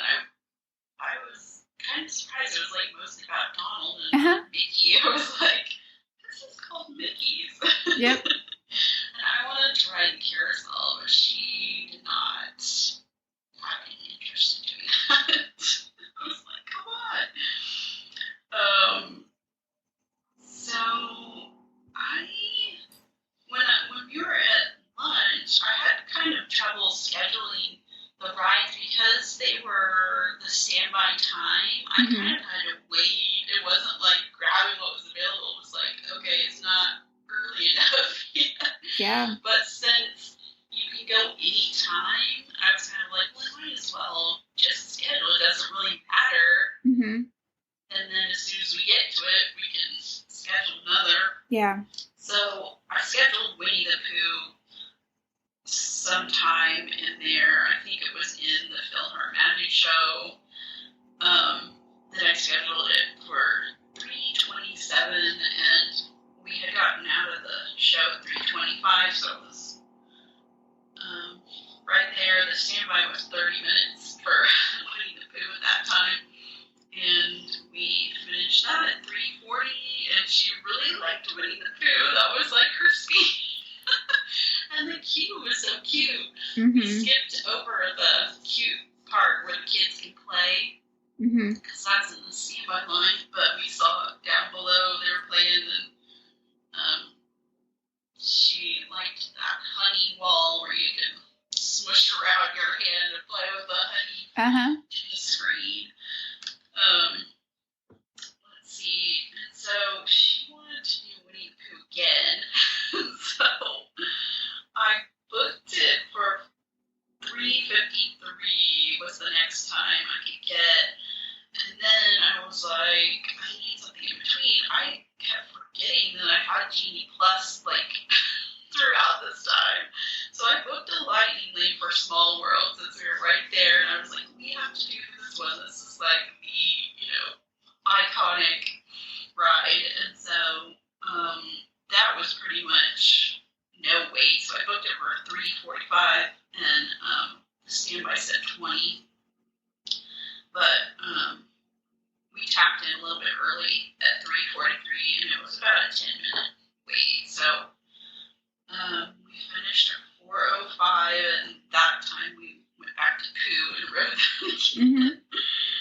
And then we shopped a little bit, and this was one of the nights where the park was closing at 6 for the Christmas party. And so basically we headed out at that time, and it was right around 4. That's when the Christmas party people came in, and it got really packed. I mean, we could tell, like, right at 4, it was like, oh, the crowds are doubling. What's going on? So because it was a Christmas party day, did you feel like during the day the crowds were pretty good? Yes. It did not feel packed to me, except in the shop, like the main Disney store on Main Street. That was like super busy. And we tried to go in there on our way out, and we're just like, oh my gosh. And by then, the other people had gotten there, so they might have, first got in there, and, it was kind of a wall-to-wall people situation. Yeah. So, but, yeah, I did not think it was bad, and, I mean, the wait times seemed pretty average, what they normally are, like, Peter Pan, kind of stayed around an hour, and then I would check 7 doors, and I should have booked one of those, but, like, by the time, I can't remember what the deal was, but I wasn't paying attention to my Genie Plus to set the timer for the 2-hour thing, because I could have, at that 2-hour, booked the 7 doors for myself, and that's what I would have done if I thought about it, but I was just like, thinking about a million things. Right. And trying to, like, keep my daughter. But I had tried to get her to go on Splash Mountain, and it was down a bunch when I checked it that day, and then when we were over there, she saw that plunge at the end, and she's like, no way, Mom, not happening. Yep. Like, oh my gosh, it was funny. She was so scared. So I feel like I did not utilize that at all. Like, I did the Peter Pan and, like, one other little ride. Mm-hmm. But, it did fill in the gap that we needed when I used it, but I should have used it more, but we were just, still doing back-to-back things, it felt like. So. I mean, yeah, y'all still did a lot of stuff, so it's not like you were having to wait in lines and had a lot of downtime. Yeah. So we ended up taking the monorail on the way back. And, but then when we got to the TTC, we decided to do Uber. And we still had to wait like 20 minutes for an Uber there. But that wasn't bad because we had a dinner reservation at Disney Springs. So we were going to go back to Port Orleans and take the boat to Disney Springs. We thought that would be fun. Mm-hmm. We had left plenty of time. I think our reservation was 7:30 for Rainforest Cafe, and it was kind of like a sentimental reservation that we had taken my daughter to the one in Dallas, like, when she was maybe 6 or something. Mm-hmm. And she just loved that and talked about it for so long. And my husband really wanted to do it. I was like, everybody makes fun of this one for having, not so good food. And, there's so many great restaurants. Mm-hmm. But, I was like, she's going to eat the same kid food at every place. So, I just was like, she'll like the atmosphere. So, yeah. You got to do what's best for your family. Yeah. And I figure, she's going to be too old to watch it go there. Yeah. If we wait any longer anyway. For sure. So, and my husband had gotten the Landry's card to use there, and I thought we might use it at Animal Kingdom. And so he ended up getting one for each of us, and then we had a bonus, $25 off or something, and then nice. a birthday coupon or something, and the waiter was really nice about it, and he ended up splitting the check into 2 so we could both use our cards, and so we basically ended up not paying hardly anything for the meal. That's awesome. Yeah. And, I'm trying to see how long it took us to get there. We went to the boat dock and, had just missed it. Mm-hmm. There it goes. And that was at 7. And, so we had to wait about 18 minutes for the next one. And then we got there, and I was like, our reservation is 7:30. So we got there at 7:42, and we got in line for the little reservation stand, had a huge line, and we were like, we have a reservation, do we have to wait this long? They're like, yes. I was like, okay.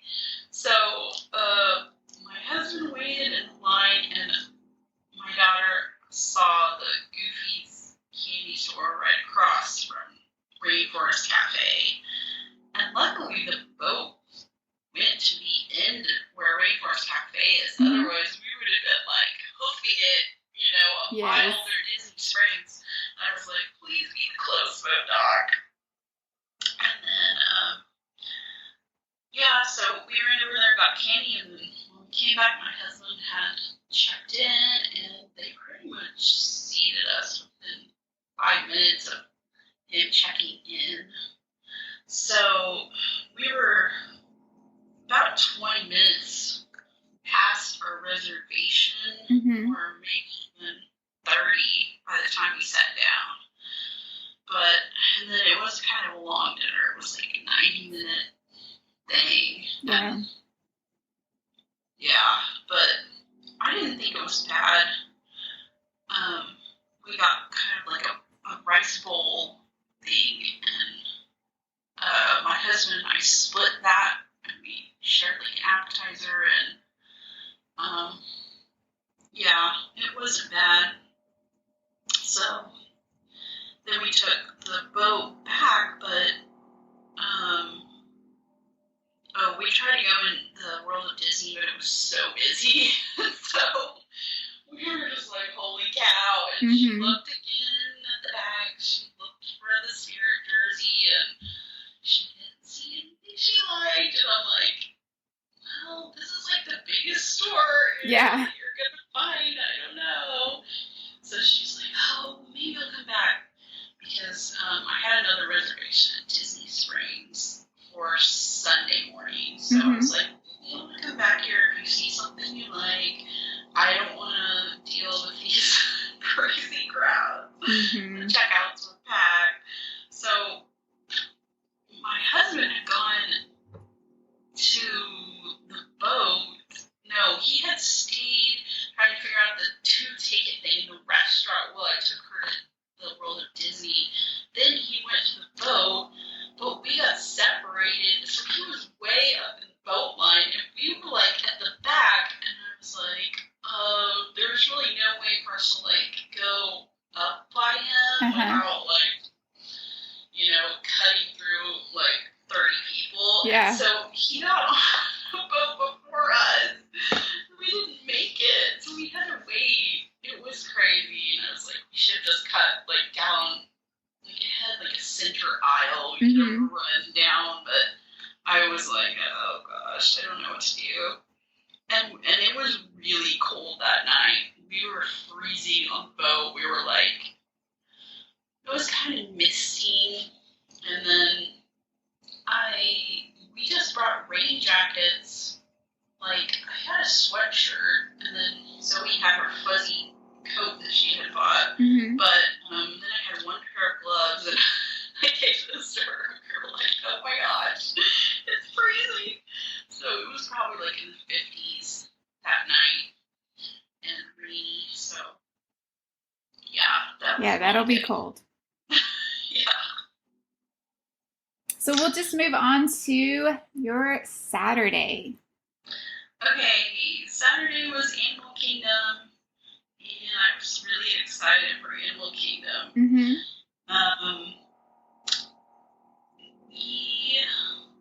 So I decided I wasn't going to buy Genie since I hadn't used it much. And there's, you know, so few rides at Animal Kingdom, so I already kind of planned that I wasn't going to buy it. And we had a reservation for Tusker House that day. And it was breakfast at 9:45, I believe. So, I decided I was going to buy a flight of passage for myself.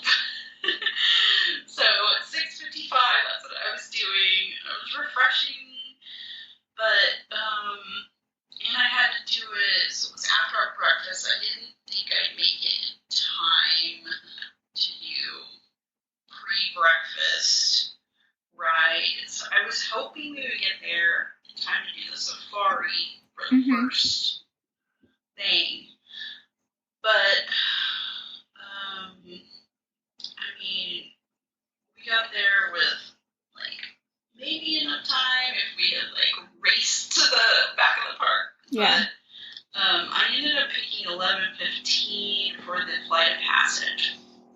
So I would hopefully be after breakfast, but and be within that hour leeway time.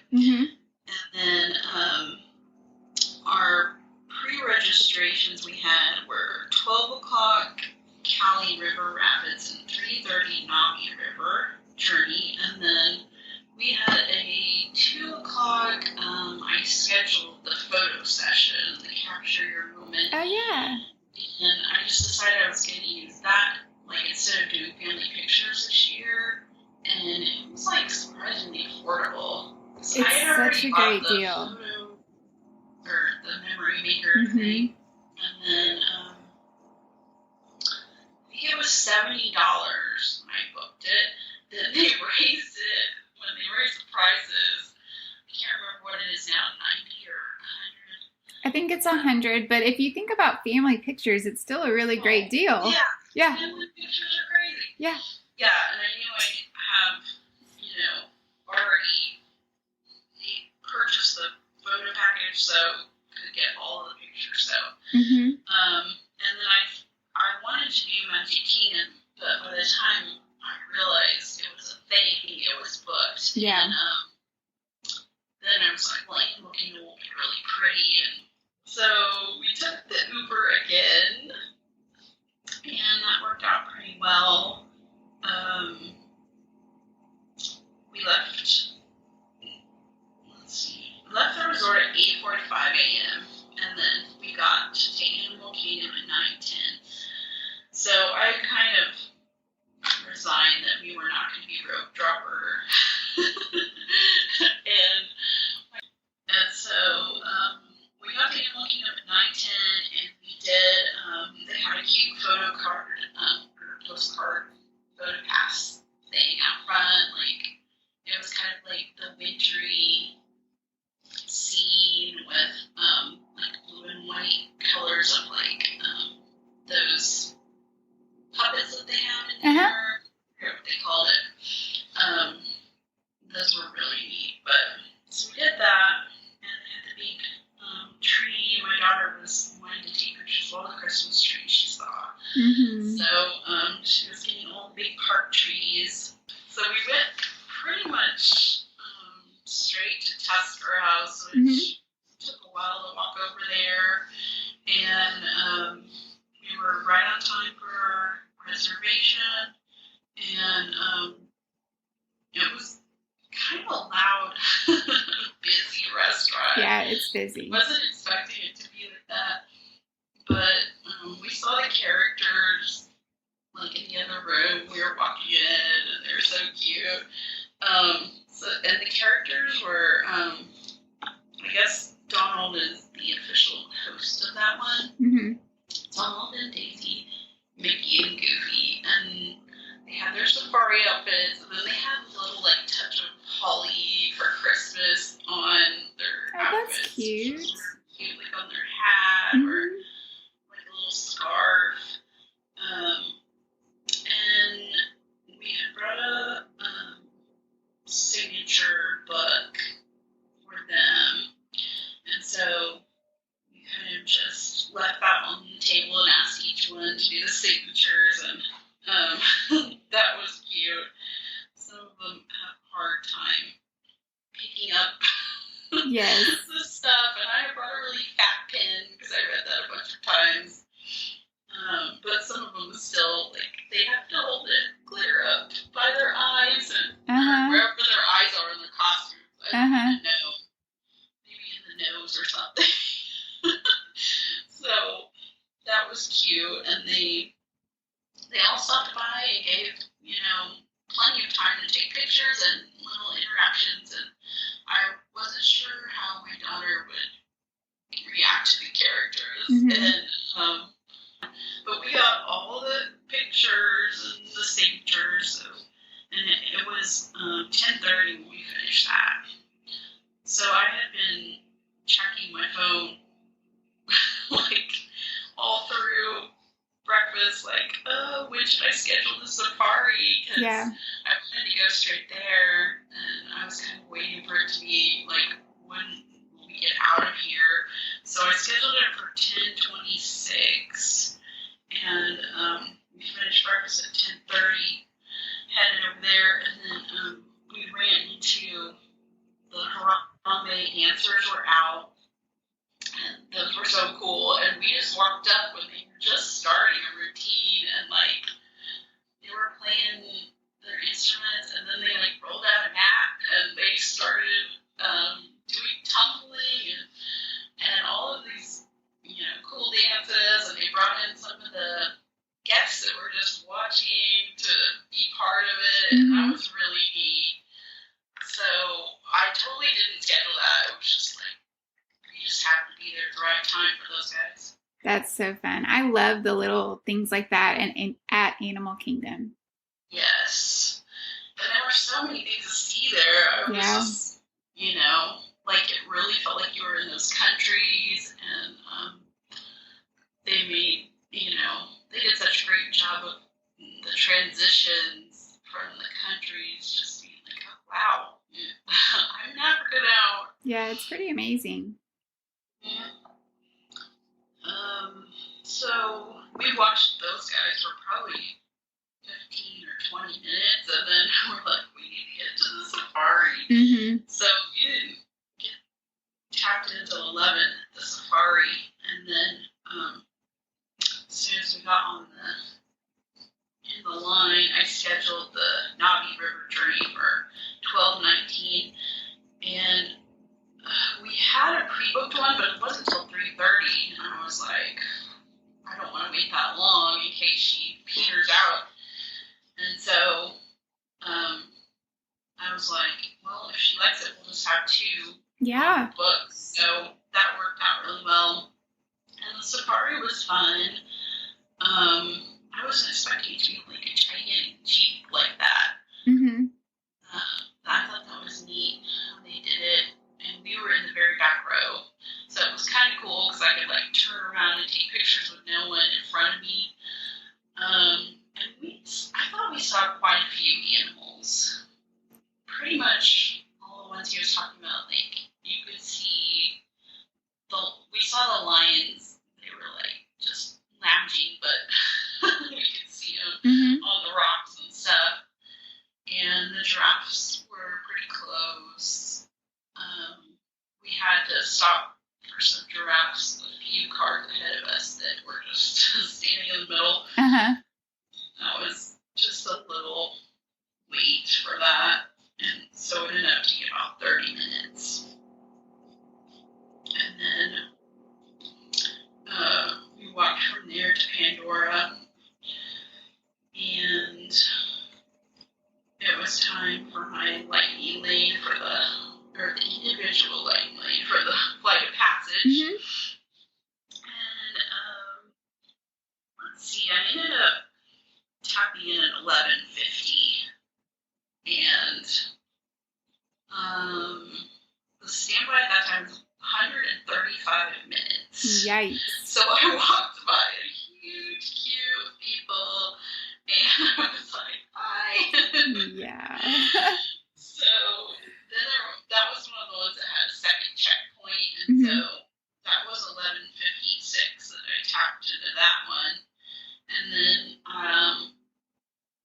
inside the building there, I just waited with a small group while they figured out, how to fit all the people in there.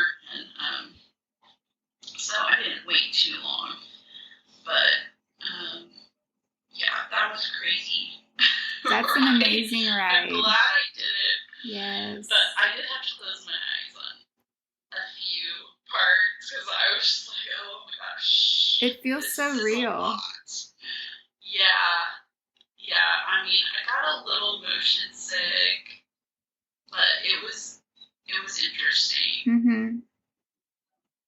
But it was so pretty and so unique, and yeah, it was cool. But I was like, there's no way my daughter or my husband would go for this one.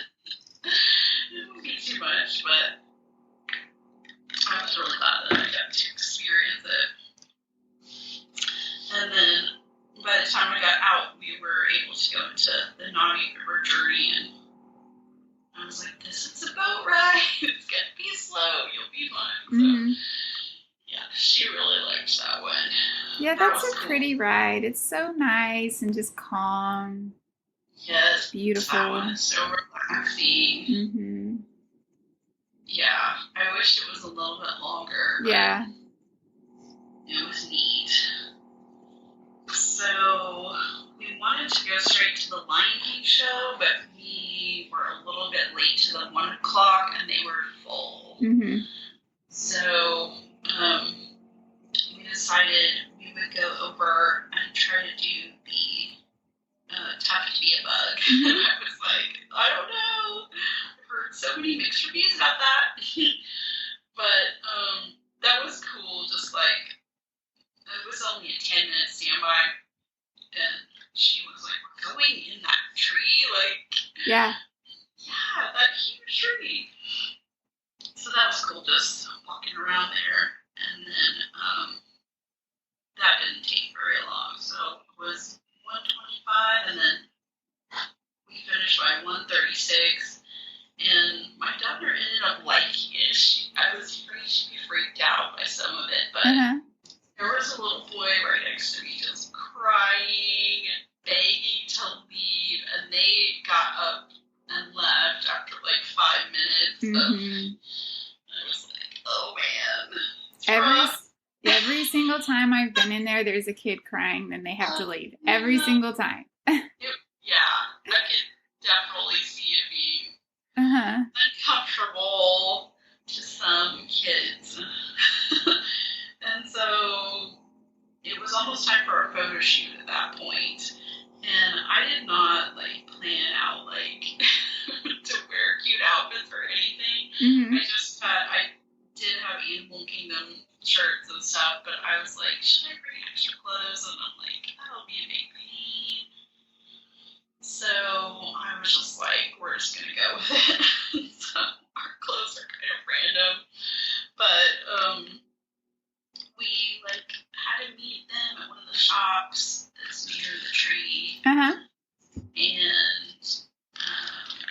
the photographer met us there, and it was supposed to be, I think, a 30-minute, 20-minute time slot. So we did that basically 2 to 2:30, and if we had a specific spot we wanted or any shots, and we were like, this is our first time, we don't even know where we would like, so I just left it up to her. They knew the spots and stuff. So the only bad part, I wish we would have done the morning because of the sun, and some of the spots she picked were the sun was right on her face, and so they were either we're squinting or they're weird shadows, and I was I figured they would have a workaround for that, but that's good advice.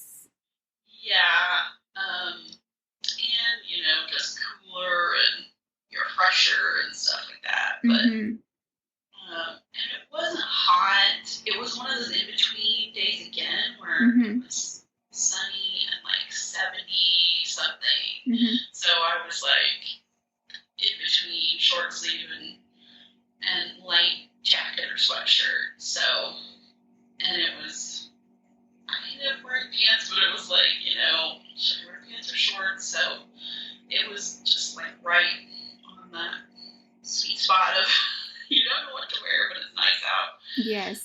So yeah, and they ended up being really cute. And she had an assistant that helped her. They had a little letterboard sign that was first Disney adventure, I think they put. Cute. And then I also told her that my husband and I were celebrating our anniversary, and it was actually in October, but I was we didn't do anything for it. Yeah. So, because we're going to Disney.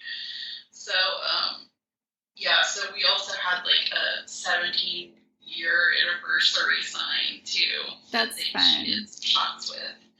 So, yeah, it was pretty cute. She took us to, I think, 3 or 4 locations that we did. They were in Africa, and then by the big tree for some of them.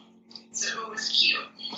Definitely worth it for the price. And I was kind of worried about eating up the middle of our day. So that was another thing. I was like, I should have done this the morning spot, but it worked out fine.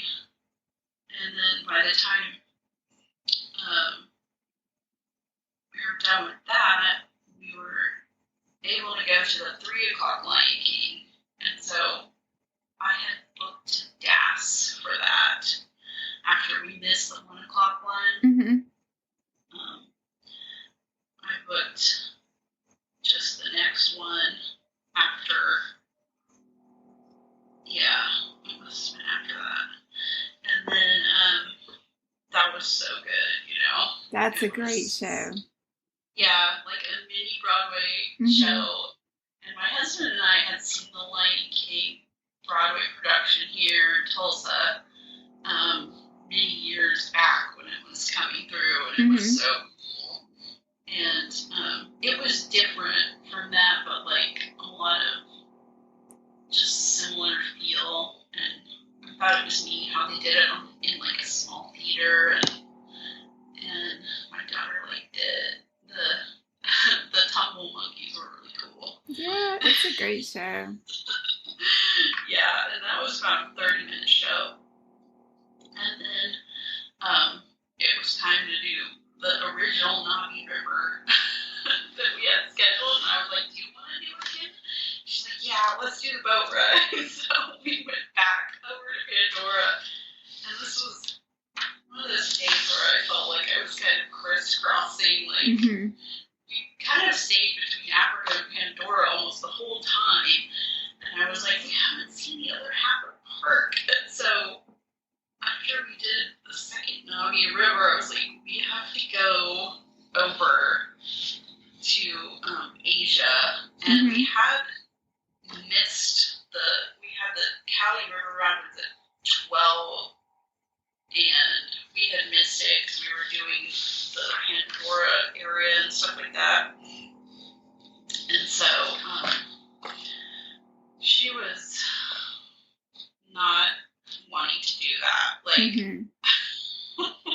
I wasn't really wanting to do it, even though I heard you got really wet. Yes. But that raft ride, like the round raft, they had one of those when I was growing up. We went to World of Fun in Kansas City all the time, and that was like my favorite ride there. And I was like, oh, I want to do that one. And she was like, what?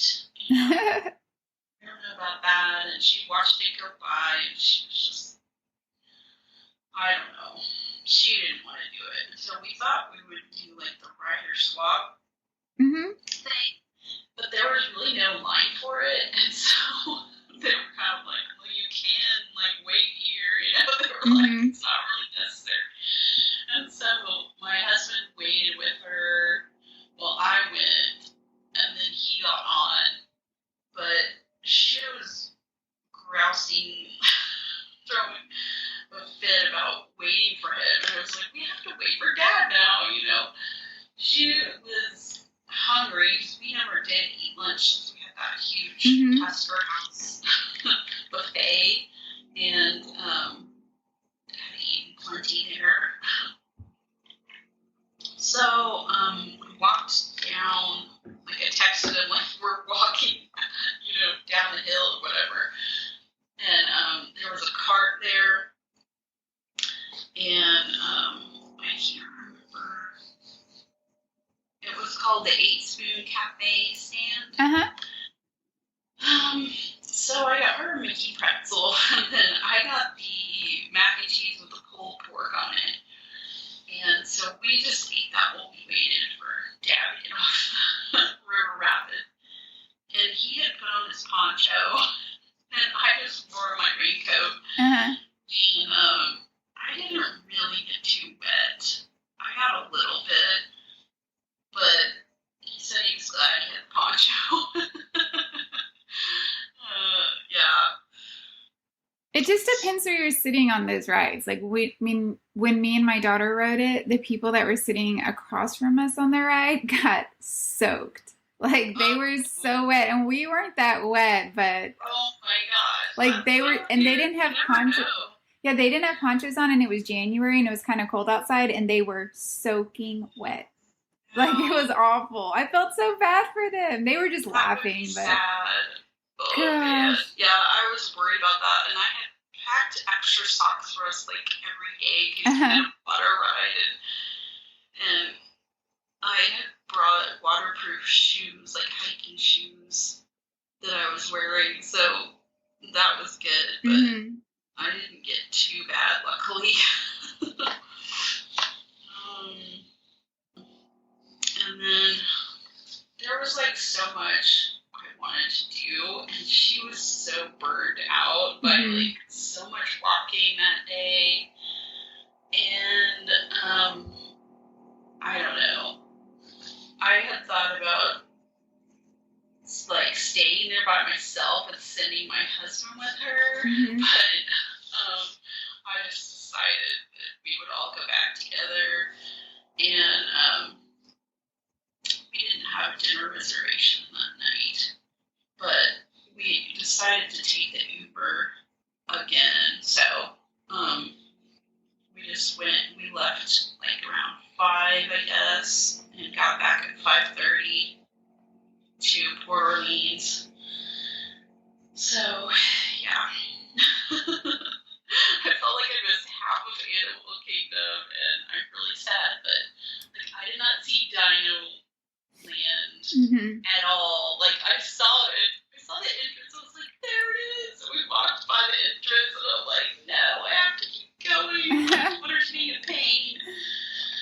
Well, you didn't miss much. Dino Land's not that impressive. So yeah, I mean, I had kind of been like, maybe I would ride dinosaur. I figured my daughter would say no. My husband wouldn't carry it away, and then like she wasn't riding the flying spinning ride. But I kind of just wanted to look around it. Yeah. And we had been doing pin trading.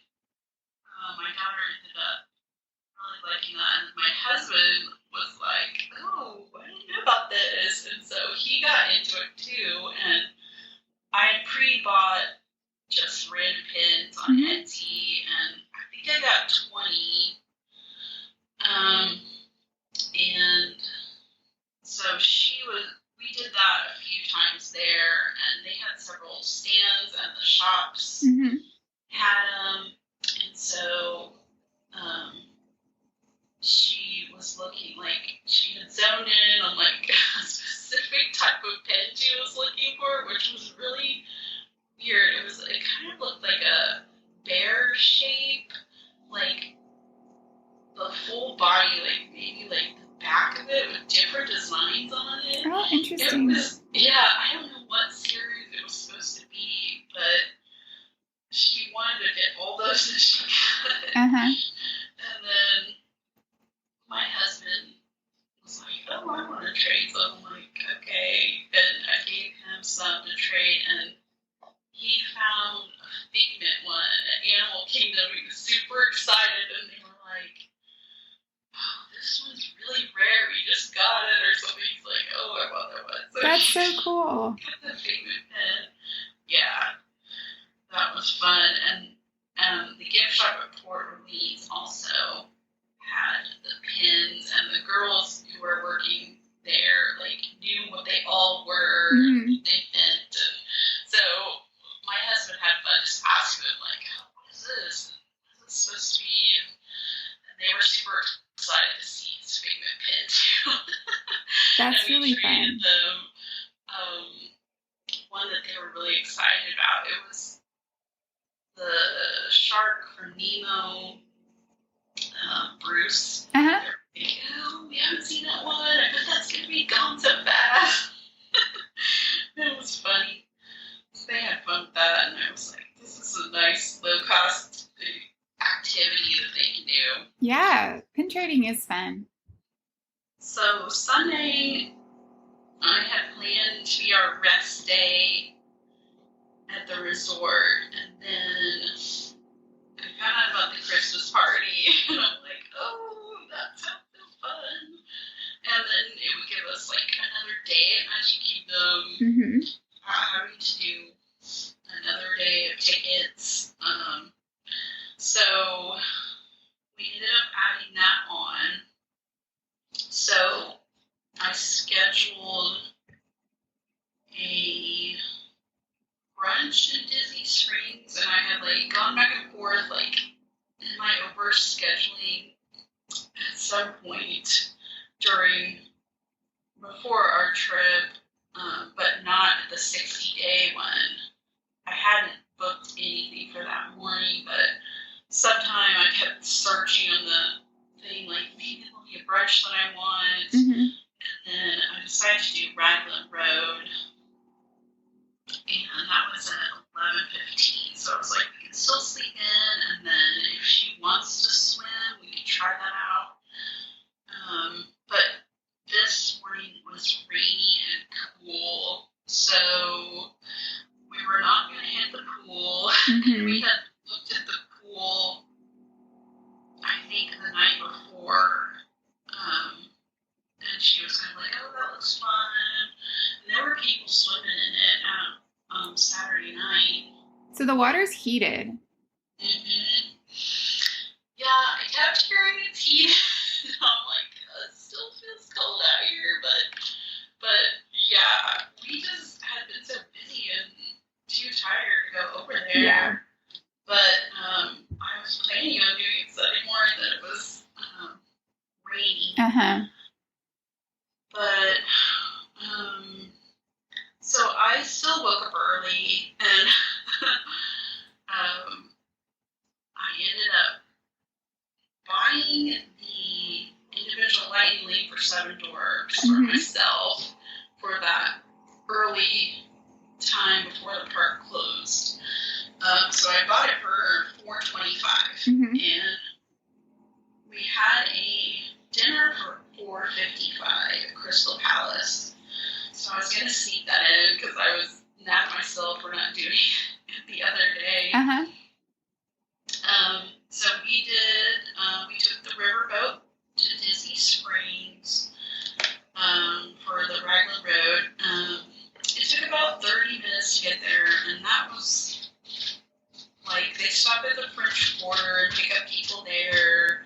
So the boat is not like super fast to get somewhere, but it's like really relaxing. And my daughter is like obsessed with boat rides now, so she like counted that as boat ride for Disney.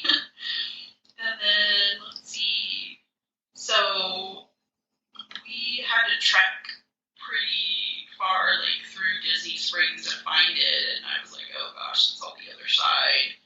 So that was kind of far over there, but then I noticed it was right by Gideon's, and I was like, ew, the cookies. So I had to get on board that train. So there was a huge line waiting outside, and I was like, so my husband checked in the restaurant. I was like, just a minute, I'll be right back. And it was sprinkling at this point, and we had our umbrellas out. And there was a big old line of people, so I asked, there was a person at the end of the line, so she said, I was like, is this the line to get in? And she said, this is the virtual queue line. So I had to get in the virtual queue, and then those were the people that their time had come up. So I was like, sure, put me down. And she said it was going to be, I think, she said like 45 minutes or an hour, like right in there. I was like, that's fine, we're eating.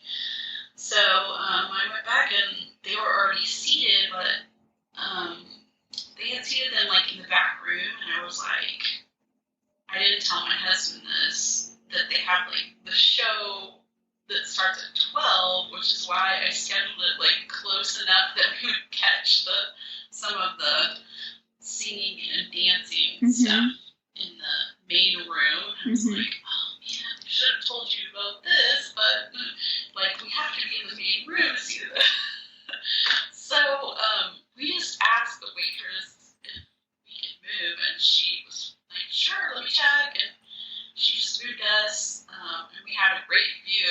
It was like right in the middle of the main room, and it was like kind of towards the back so we could see. That's so nice.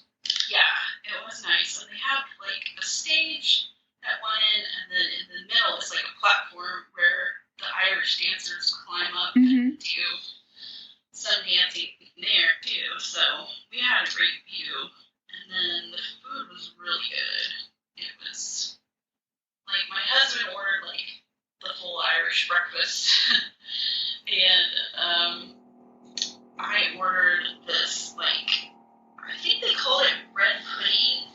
It was basically like a French toast, and it was really good. That sounds so good.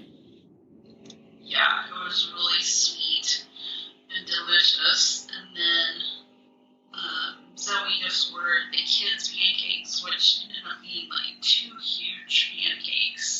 And she could not eat it all, and then she got bacon too. But so we were stuffed after that.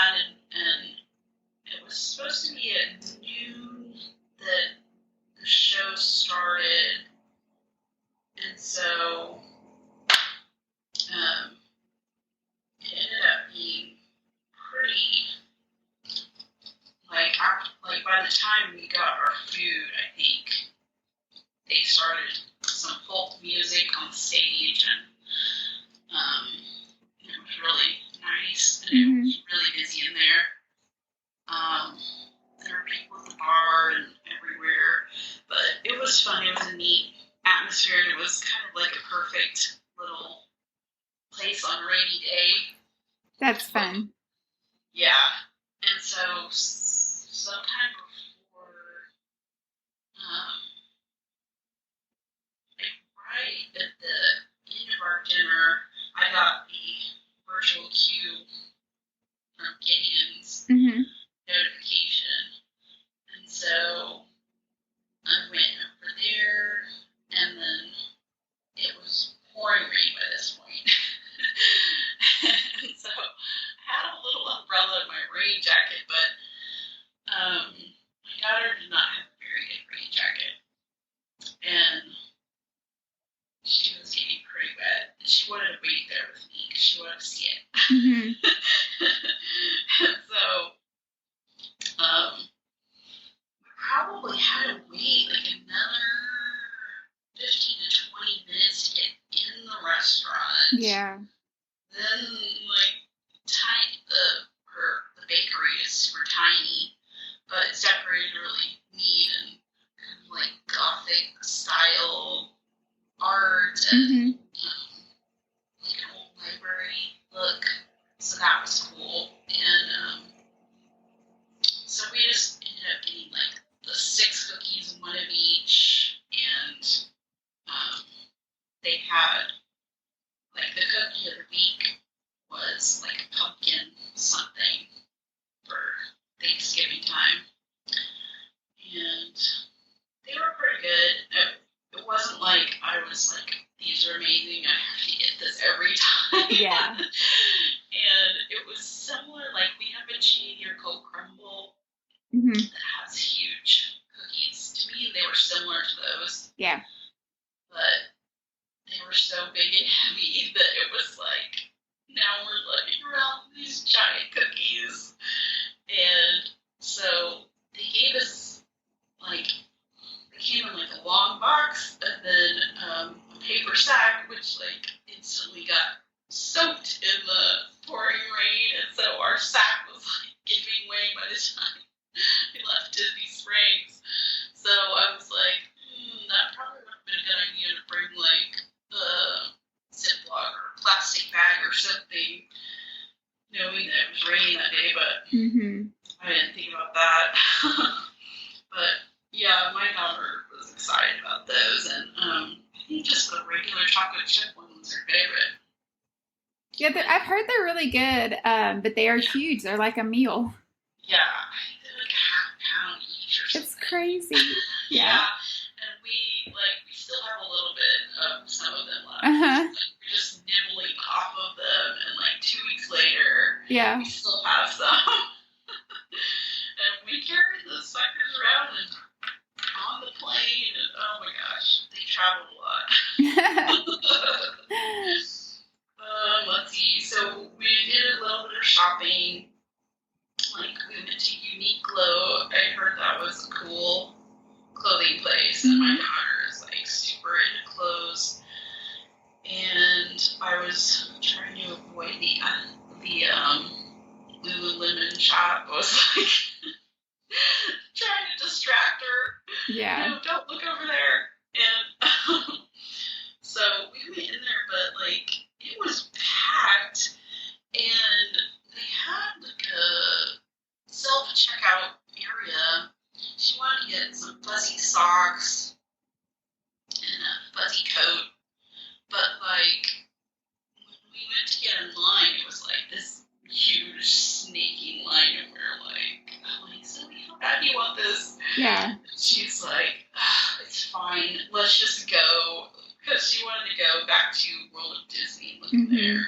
So we just abandoned our purchases, and I was like, I can buy this online. And right. That's what I ended up doing, like, later on the trip. I just ordered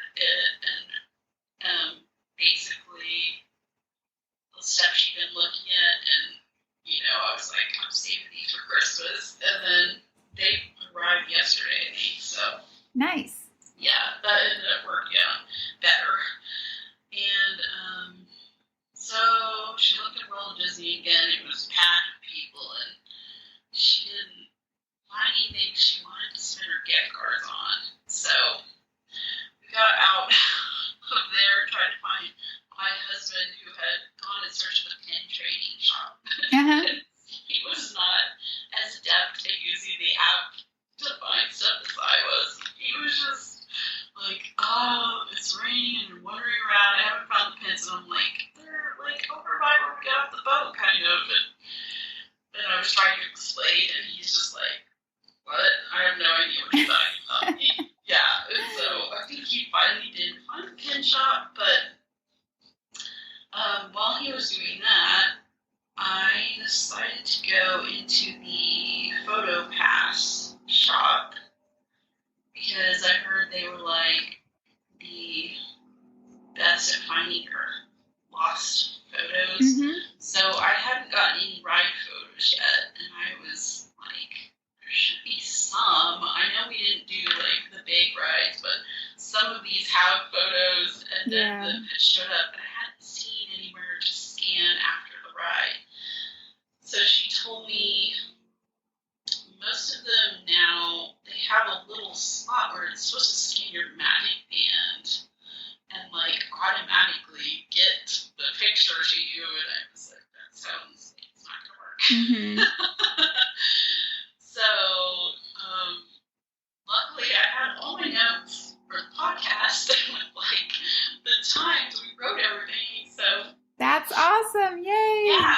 And she had a little slip of paper that had all the rides on it where they do have the photos. Uh-huh. So I looked on there and I was like, oh, yeah, I rode Slinky Dog and it was at this time. So she pulls up the pictures and you look through groups of people to find yourself. So that took a while, like maybe 15 minutes to find all of our missing photos. But like they had them on Pirates and Haunted Mansion and Sneaky, and I'm trying to think if there's anything else here that had it. That's really good advice for people listening if they are missing photos. Mm-hmm.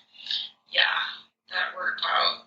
And they had like a really cute photo area in there to do with backdrops. Oh, cute. And so there were kids lined up to do, they had like Christmas backdrops and different Disney things, and it was kind of like, you know, if you do like a studio photo shoot, and they were super cute, and you don't have to pay to do them, you just pay to buy whatever pictures, or if you have the photo pass already, you just get the memory maker, you just get those pictures on there. That's really cool.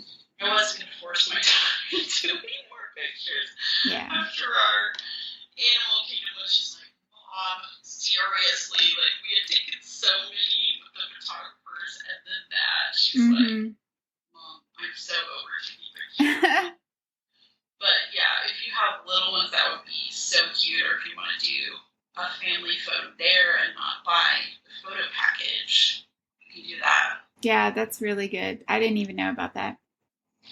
Yeah, it's right there in the Disney Springs photo shop.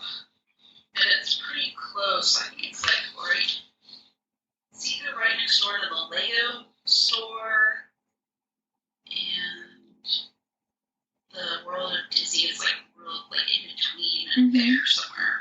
Nice. Okay. So after that, we were like, we gotta get out of here. So my husband, we found him at the pin store, and apparently the pin trading store, they only bring out the pin trading board like randomly, and like you don't know when it's gonna come out. And apparently they brought it out when he had got there, and he was like, oh, he didn't know that the lady was like, we don't know when it's gonna come or something. It's really weird. I'm like, who's deciding when this comes out? Right. But I guess we got there at the right time. So Zoe and my husband found some pins, and then we headed for the boat. And that was about 2:25. And I wanted to get to the Magic Kingdom before 4, like 3:30 is when I was hoping to get there, get in line for the party. But we took the bus this time. We decided to chance it. and there was a bus. Pretty much when we walked up, we saw saw the Magic Unit bus. And so we got on it at 3:33. So it took us about an hour to get from Disney Springs back to our room, change into our Christmassy stuff, and then get back on the bus. So we got there at 3:50. Nice. Y'all did good. Yeah. I was like, well, it's a little bit before 4, and then there was a big line at the entrance there, stretching along the side with kind of like in front of the bushes and stuff. And there were people like, lined up over here for Christmas party. And they started letting us in right at 4 or a little bit early. And then they kind of herd you off to the right, like towards Tomorrowland area. Uh-huh. They opened a secret gate that's not usually open to feed the Christmas party people through that area. Like when you go through where the Christmas tree is in that front area, you just veer off to the right, kind of between the buildings, and go behind Main Street, sort of to the right. And so that's where they were handing out the ornaments you get. So I had seen all these people complaining like they missed the ornaments or they couldn't find the ornaments. But at that time, I guess if you get there early, they just basically, force you towards them and hand them out. So Yeah. I didn't have trouble, but and they gave one to all 3 of us. So I was like, this isn't really necessary, that's cool. but we just all were kind of strung out, a little spaced out, and got 3 of them. So and so we got that, and then we were trying to. Let's see. So I couldn't schedule any rides till I got in the park with the DAS, and I scheduled Peter Pan again when I got in. So that was for 4:56, and we decided to pick up where we missed. Like on our first Magic Kingdom day, we basically did not get into Tomorrowland at all, and we hadn't finished like the Fantasyland bit with like the Little Mermaid, 7 Dwarves, and we didn't do any of the like circus area or Big Top. So we went straight for the Little Mermaid, and that was just like a 10-minute wait, and we didn't need the pass for that. So we just went in, and that was cute. My daughter liked it. I was like, it's going to be about right. Yay! She's like, there are a lot of boat rides here, Mom. Yes. So she was expecting that in every park, and then it's like, why aren't they all like that? Let's see. So as soon as we got off of that, it was time for mine train.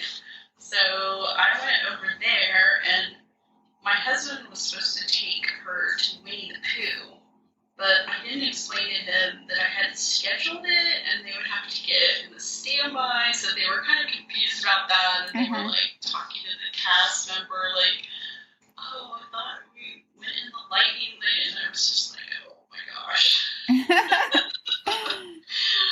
So, but I was in the queue for maybe 7 minutes, not very long at all, and I think the standby was, like 65 or somewhere around there. So then I was off by 4:48, and that was really fun. It was so fun. unexpected. I didn't know they had the part, like, roller coaster, then you, like, stop almost completely and do the little slow ride, dark ride portion. Then it's like roller coaster. It was interesting. It's fun. Yeah, it was cute. Let's see. So after that, it was time for our dinner pretty much. So we went over to Crystal Palace and we checked in at about 5. And there was a little check-in window on the porch there. And it was like a really cute area. And we were, the castle, they had lit up like red and green. It was cute. And so they pretty much seated us right away. Like, we would check in, and then, like, we would get the notification on our phone almost instantly that our table was ready. And so we were in there for maybe an hour and 20 minutes or an hour and 30 minutes. I was close to the 90-minute, but it was really cute. The characters, it was the Winnie the Pooh character there, and they're supposed to be like celebrating Friendship Day, and I was hoping they would have their little Christmas scarves on, but they did not at the dinner. I saw them later doing the meet and greets, and they had the little scarves on. I was like, why couldn't you have earlier? Yeah. It was funny.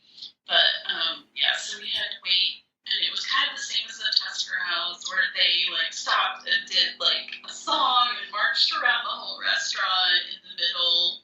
So that took a little bit longer. But they had Tigger, Piglet, Eeyore, and Pooh. So the meal was pretty good. It was, again, like, we're paying adult prices for my daughter. Yeah. But she had, like, a kid section at all the buffets. I know it's like the tables a little smaller, and they have, like, the chicken strips and fries, and I think they had pizza and mac and cheese, all the things like that. And then a little island of desserts, and then I think they have like a carving station. And I ended up getting like the chili and some sort of chicken dish. And my husband got fish. But the food was pretty good. They had a lot of options where you could do salad bar and lots of choices for that. So that was good, and I was kind of hesitant, like, should we take up this much time out of our day to do it? And I don't know. I probably wouldn't do it again, but I ended up keeping it because I thought it would be fun to see the characters, and then also I heard so many restaurants close during the party. Yeah. So they eat before it starts. So that's why we did it for an early dinner. That's smart. I think that was smart. Yeah. It ended up being okay. And then we went from there. It was like, so it was after 6, so the regular park people were supposed to be leaving. So they were checking for our armbands, which we got at the front of the park for the party. And so we would kind of have to dig them out of our sleeves when we were wearing sweatshirts. Thankfully, the rain had stopped by the time of the party. By the time, yeah, when we left for Magic Kingdom, it wasn't raining at all, and it may have misted or sprinkled a little bit during our party, but it was really nice. That's I was awesome. so nervous from the morning, but it was nice. Yeah, we were like, we might be soaked, but we're going. they were checking those at multiple checkpoints. Like if you left any section, like from the hub to Adventureland, they would check it there. And we went straight over to do Pirates of the Caribbean, and it was just a 15-minute standby. So we got on that like about 6:30, and by the time we came out of there, they were like really checking the bands. Like we were going from there into Jungle Cruise. They checked the bands like at the top of that hill, and so we got on that, and just was a very short wait. Like, you know, basically just walk on the next boat, and we were off there by 7. And that was kind of fun to do it after dark. The first time we had done it in the morning, so it was way different. Yeah. And then it was neat to see. They had added all of this Christmassy stuff, like where their Christmas packages and Christmas cards and stuff like that they added into the scenes. It was cute. That's fun. And it was fun to just have a different skipper to, you know, see how they like, some told the same jokes, but I guess I've really have a script that they can pick. But yeah, it was interesting. Even if they're the same, obviously different delivery and all that. Right. Yeah, I mean, for the most part, it could be different every time you ride it. Yes, that's true. It is fun, though. I love that ride. So then we went to that scheduled DAS that I had done for Peter Pan. And that was almost 8. Ended up stopping at the first cookie stop that we saw. So they put out these huge candy canes. You can see like a candy cane pole. You can see where they are, and they're listed on the maps that we got at the front of the park, but you can pretty much, you know, spot them. I've heard people saying, like, we never found the cookies, and I'm going, like, how did you not see them? The huge candy cane plus a huge mob of people. But, so the first one we saw was at the Tortuga, like, right outside of the Pirates of the Caribbean, and so that one had cookies and eggnog. So none of us are super eggnog fans, but we decided to try.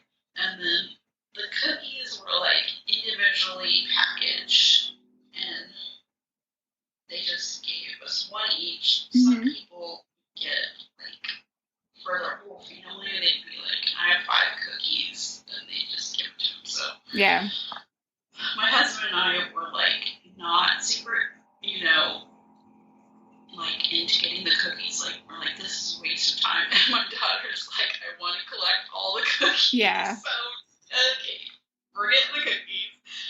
And so we went like into the Liberty Tree area, got the Liberty Tree Tavern had another cookie stop, so we went like right to that one, and that one had cocoa. And the cookies were like, there was like a snickerdoodle one, a chocolate chip, and then a red frosted sugar cookie and a green frosted sugar cookie were the 4 types that we had found. And we did miss one. I think it was at the Pinocchio house, and I'm not sure what that one was, but we were kind of like, oh, we don't want to wait for it right now, so we missed.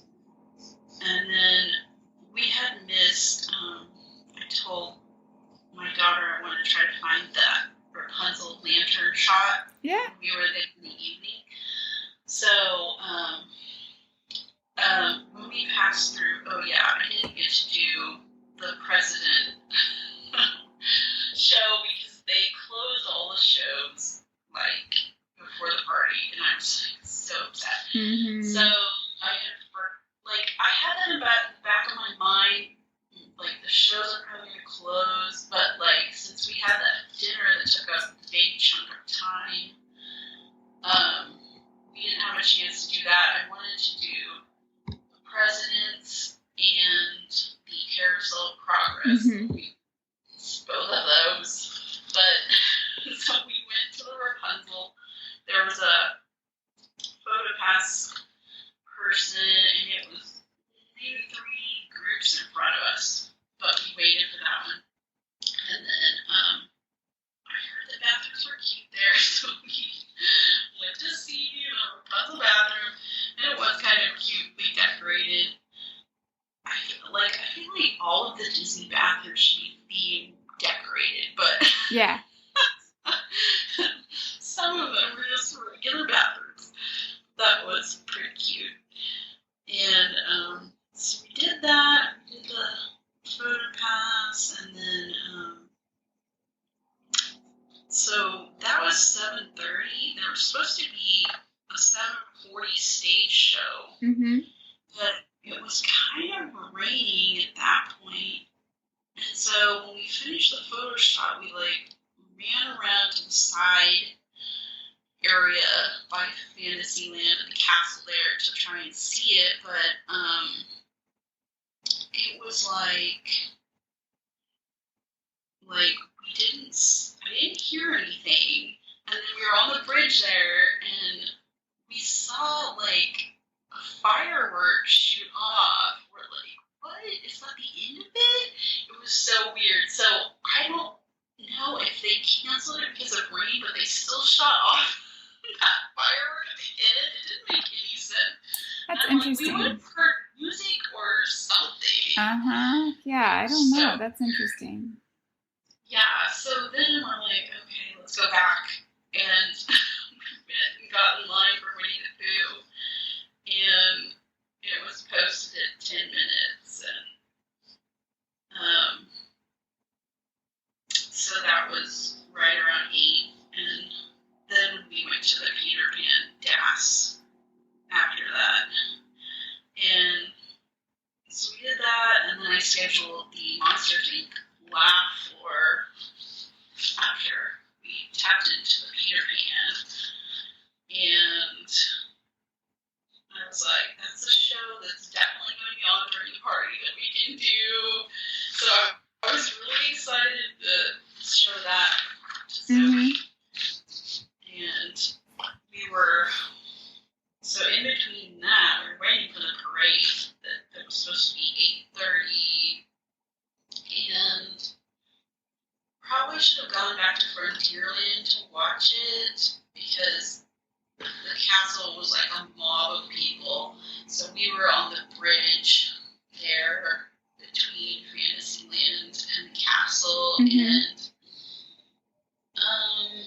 it was not bad, but it was hard for my daughter to see. And so she kind of hiked up on the fence a little bit to try and see it, and she was like, what are we watching for, Yeah. What's over here?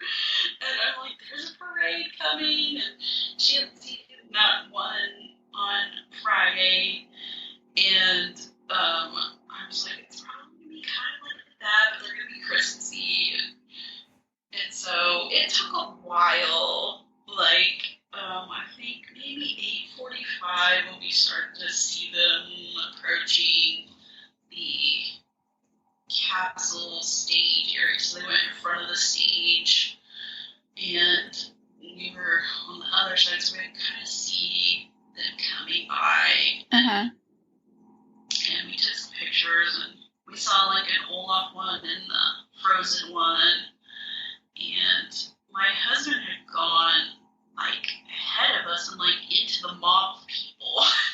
And I was like, I think we're going to stay back here. So he actually got a lot of good pictures and filmed most of it. I took her over to the Monsters Inc. laugh floor, and that was about 9. And I had scheduled it on the DAS, but it wasn't scanning in.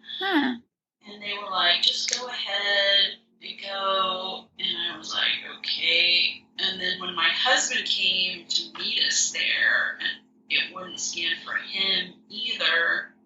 So she was like, just come and see me after and we'll figure it out. And so we ended up having to just cancel that ride. And then we were able to schedule something else because it didn't turn green for us. So it would have, not let us schedule again. Right. So we kind of waited a while to get into that for some reason. I don't know if they were waiting for enough people to make it worth it, to fill the queue. But we waited till 9:15, and then the show was 15 minutes. So it was 9:30, and that was pretty funny. My daughter thought it was hilarious how they picked one poor guest to keep showing on the screen and joking a little bit. She was like, oh my gosh, I'm glad they didn't pick me, Mom. One year they picked my husband, and my kids that was like one of their favorite parts of the whole trip. I bet. Yeah, she was like, I wish you would have picked Dad. Yeah, it's just funny when they pick the dads. Yes. Yeah. Dad won't get too upset. No. So after that, we went right to the People Mover, and it was just like a 15-minute wait or less. And that was cool because I wanted to see maybe that went like all around and you could see lots of lights and kind of see Tomorrowland, which we hadn't seen yet. So that was neat. And then there were two cookie stops in Tomorrowland. So we got those, and it was kind of deserted over there because people had started lining up for the fireworks, and so it was really weird. Like, there were people just milling around, getting the cookies and eating them, and I had thought we might do the Speedway. And I kept asking Zoe, like, do you want to drive a car? Because I knew that was one of the ones they put Christmas lights up and stuff. And she's like, it stinks up there. It does stink. I agree. But it was loud and smelly. She's like, I don't want to do it. So she was getting real tired by then because this was like nearing 10 p.m. and Eastern time. We're on Central. And so, let's see. We went. So then we're like, okay, let's go try and watch the fireworks. And so we kind of went on that little bridge pathway that goes from Tomorrowland into the hub. And Zoe and I kind of like wormed our way into this open space. And so there, my husband was like up further, like a little bit ahead of us. And it ended up not being a bad spot. I mean, I felt like I could see all the overlays on the castle. But I don't know if they had different overlays on Main Street or not. But it was really cool. They had the holiday music and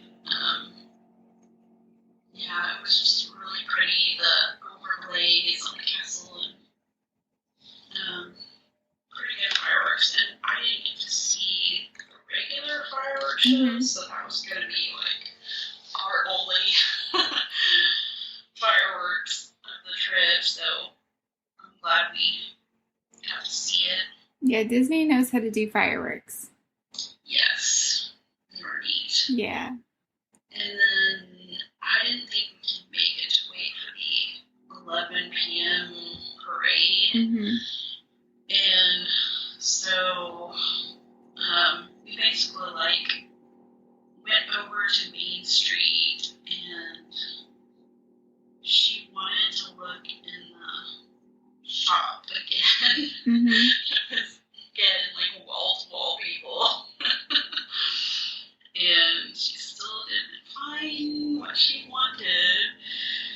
And so we ended up just going out to look for buses. And it was probably like right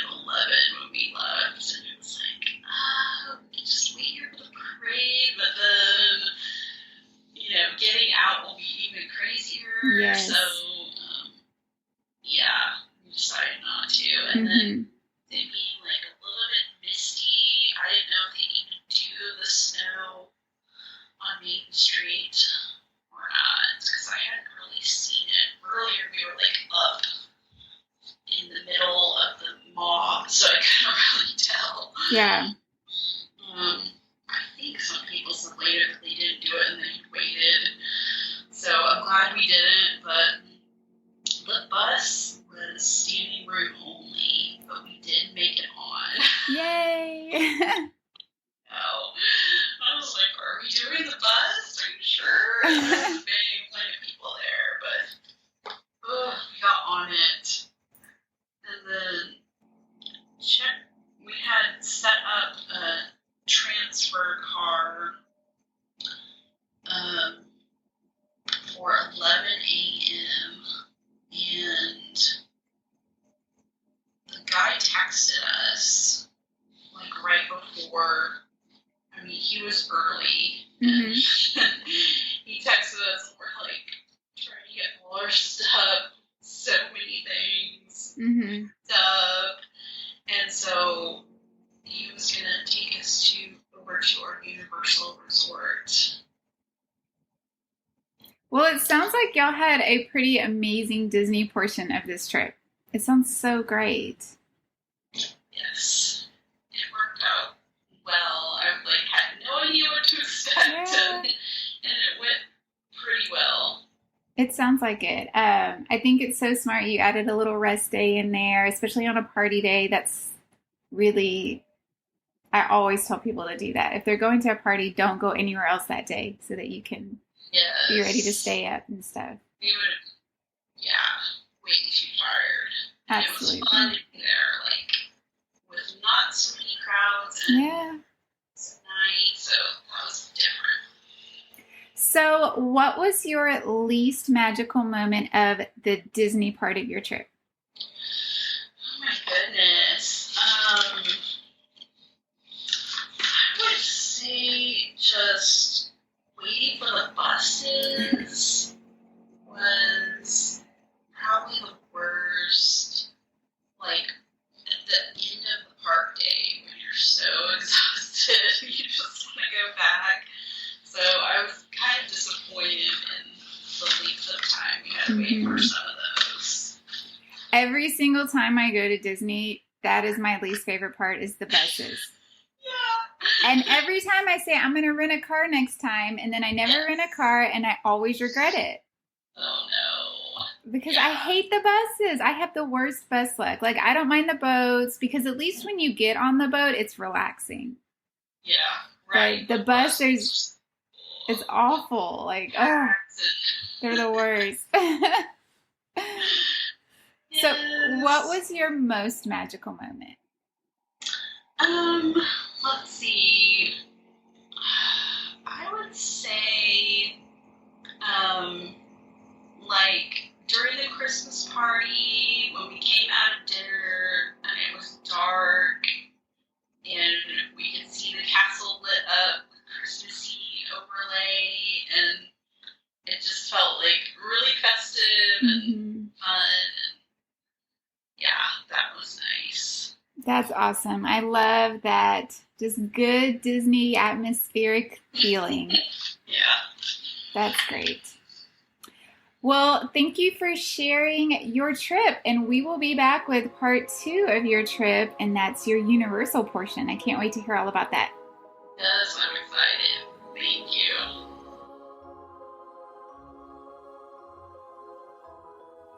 I hope you enjoyed Beth's Disney portion of her trip. In 3 weeks, her Universal episode is coming out, so make sure to check back for that. As always, this show is sponsored by me, a travel agent with my favorite earmarked agency, Trolley Lane Travel. If you're interested in hearing what a Disney cruise might cost your family, I would love to help you out. Or if you've never been to Walt Disney World or Disneyland, let's get that planned for you. All of my services are complimentary, and I would love to help you get a magical vacation on your 2023 calendar. Next week, I will be back with a new guest. So until then, this is Jenny, and may all your Disney travel dreams become a reality.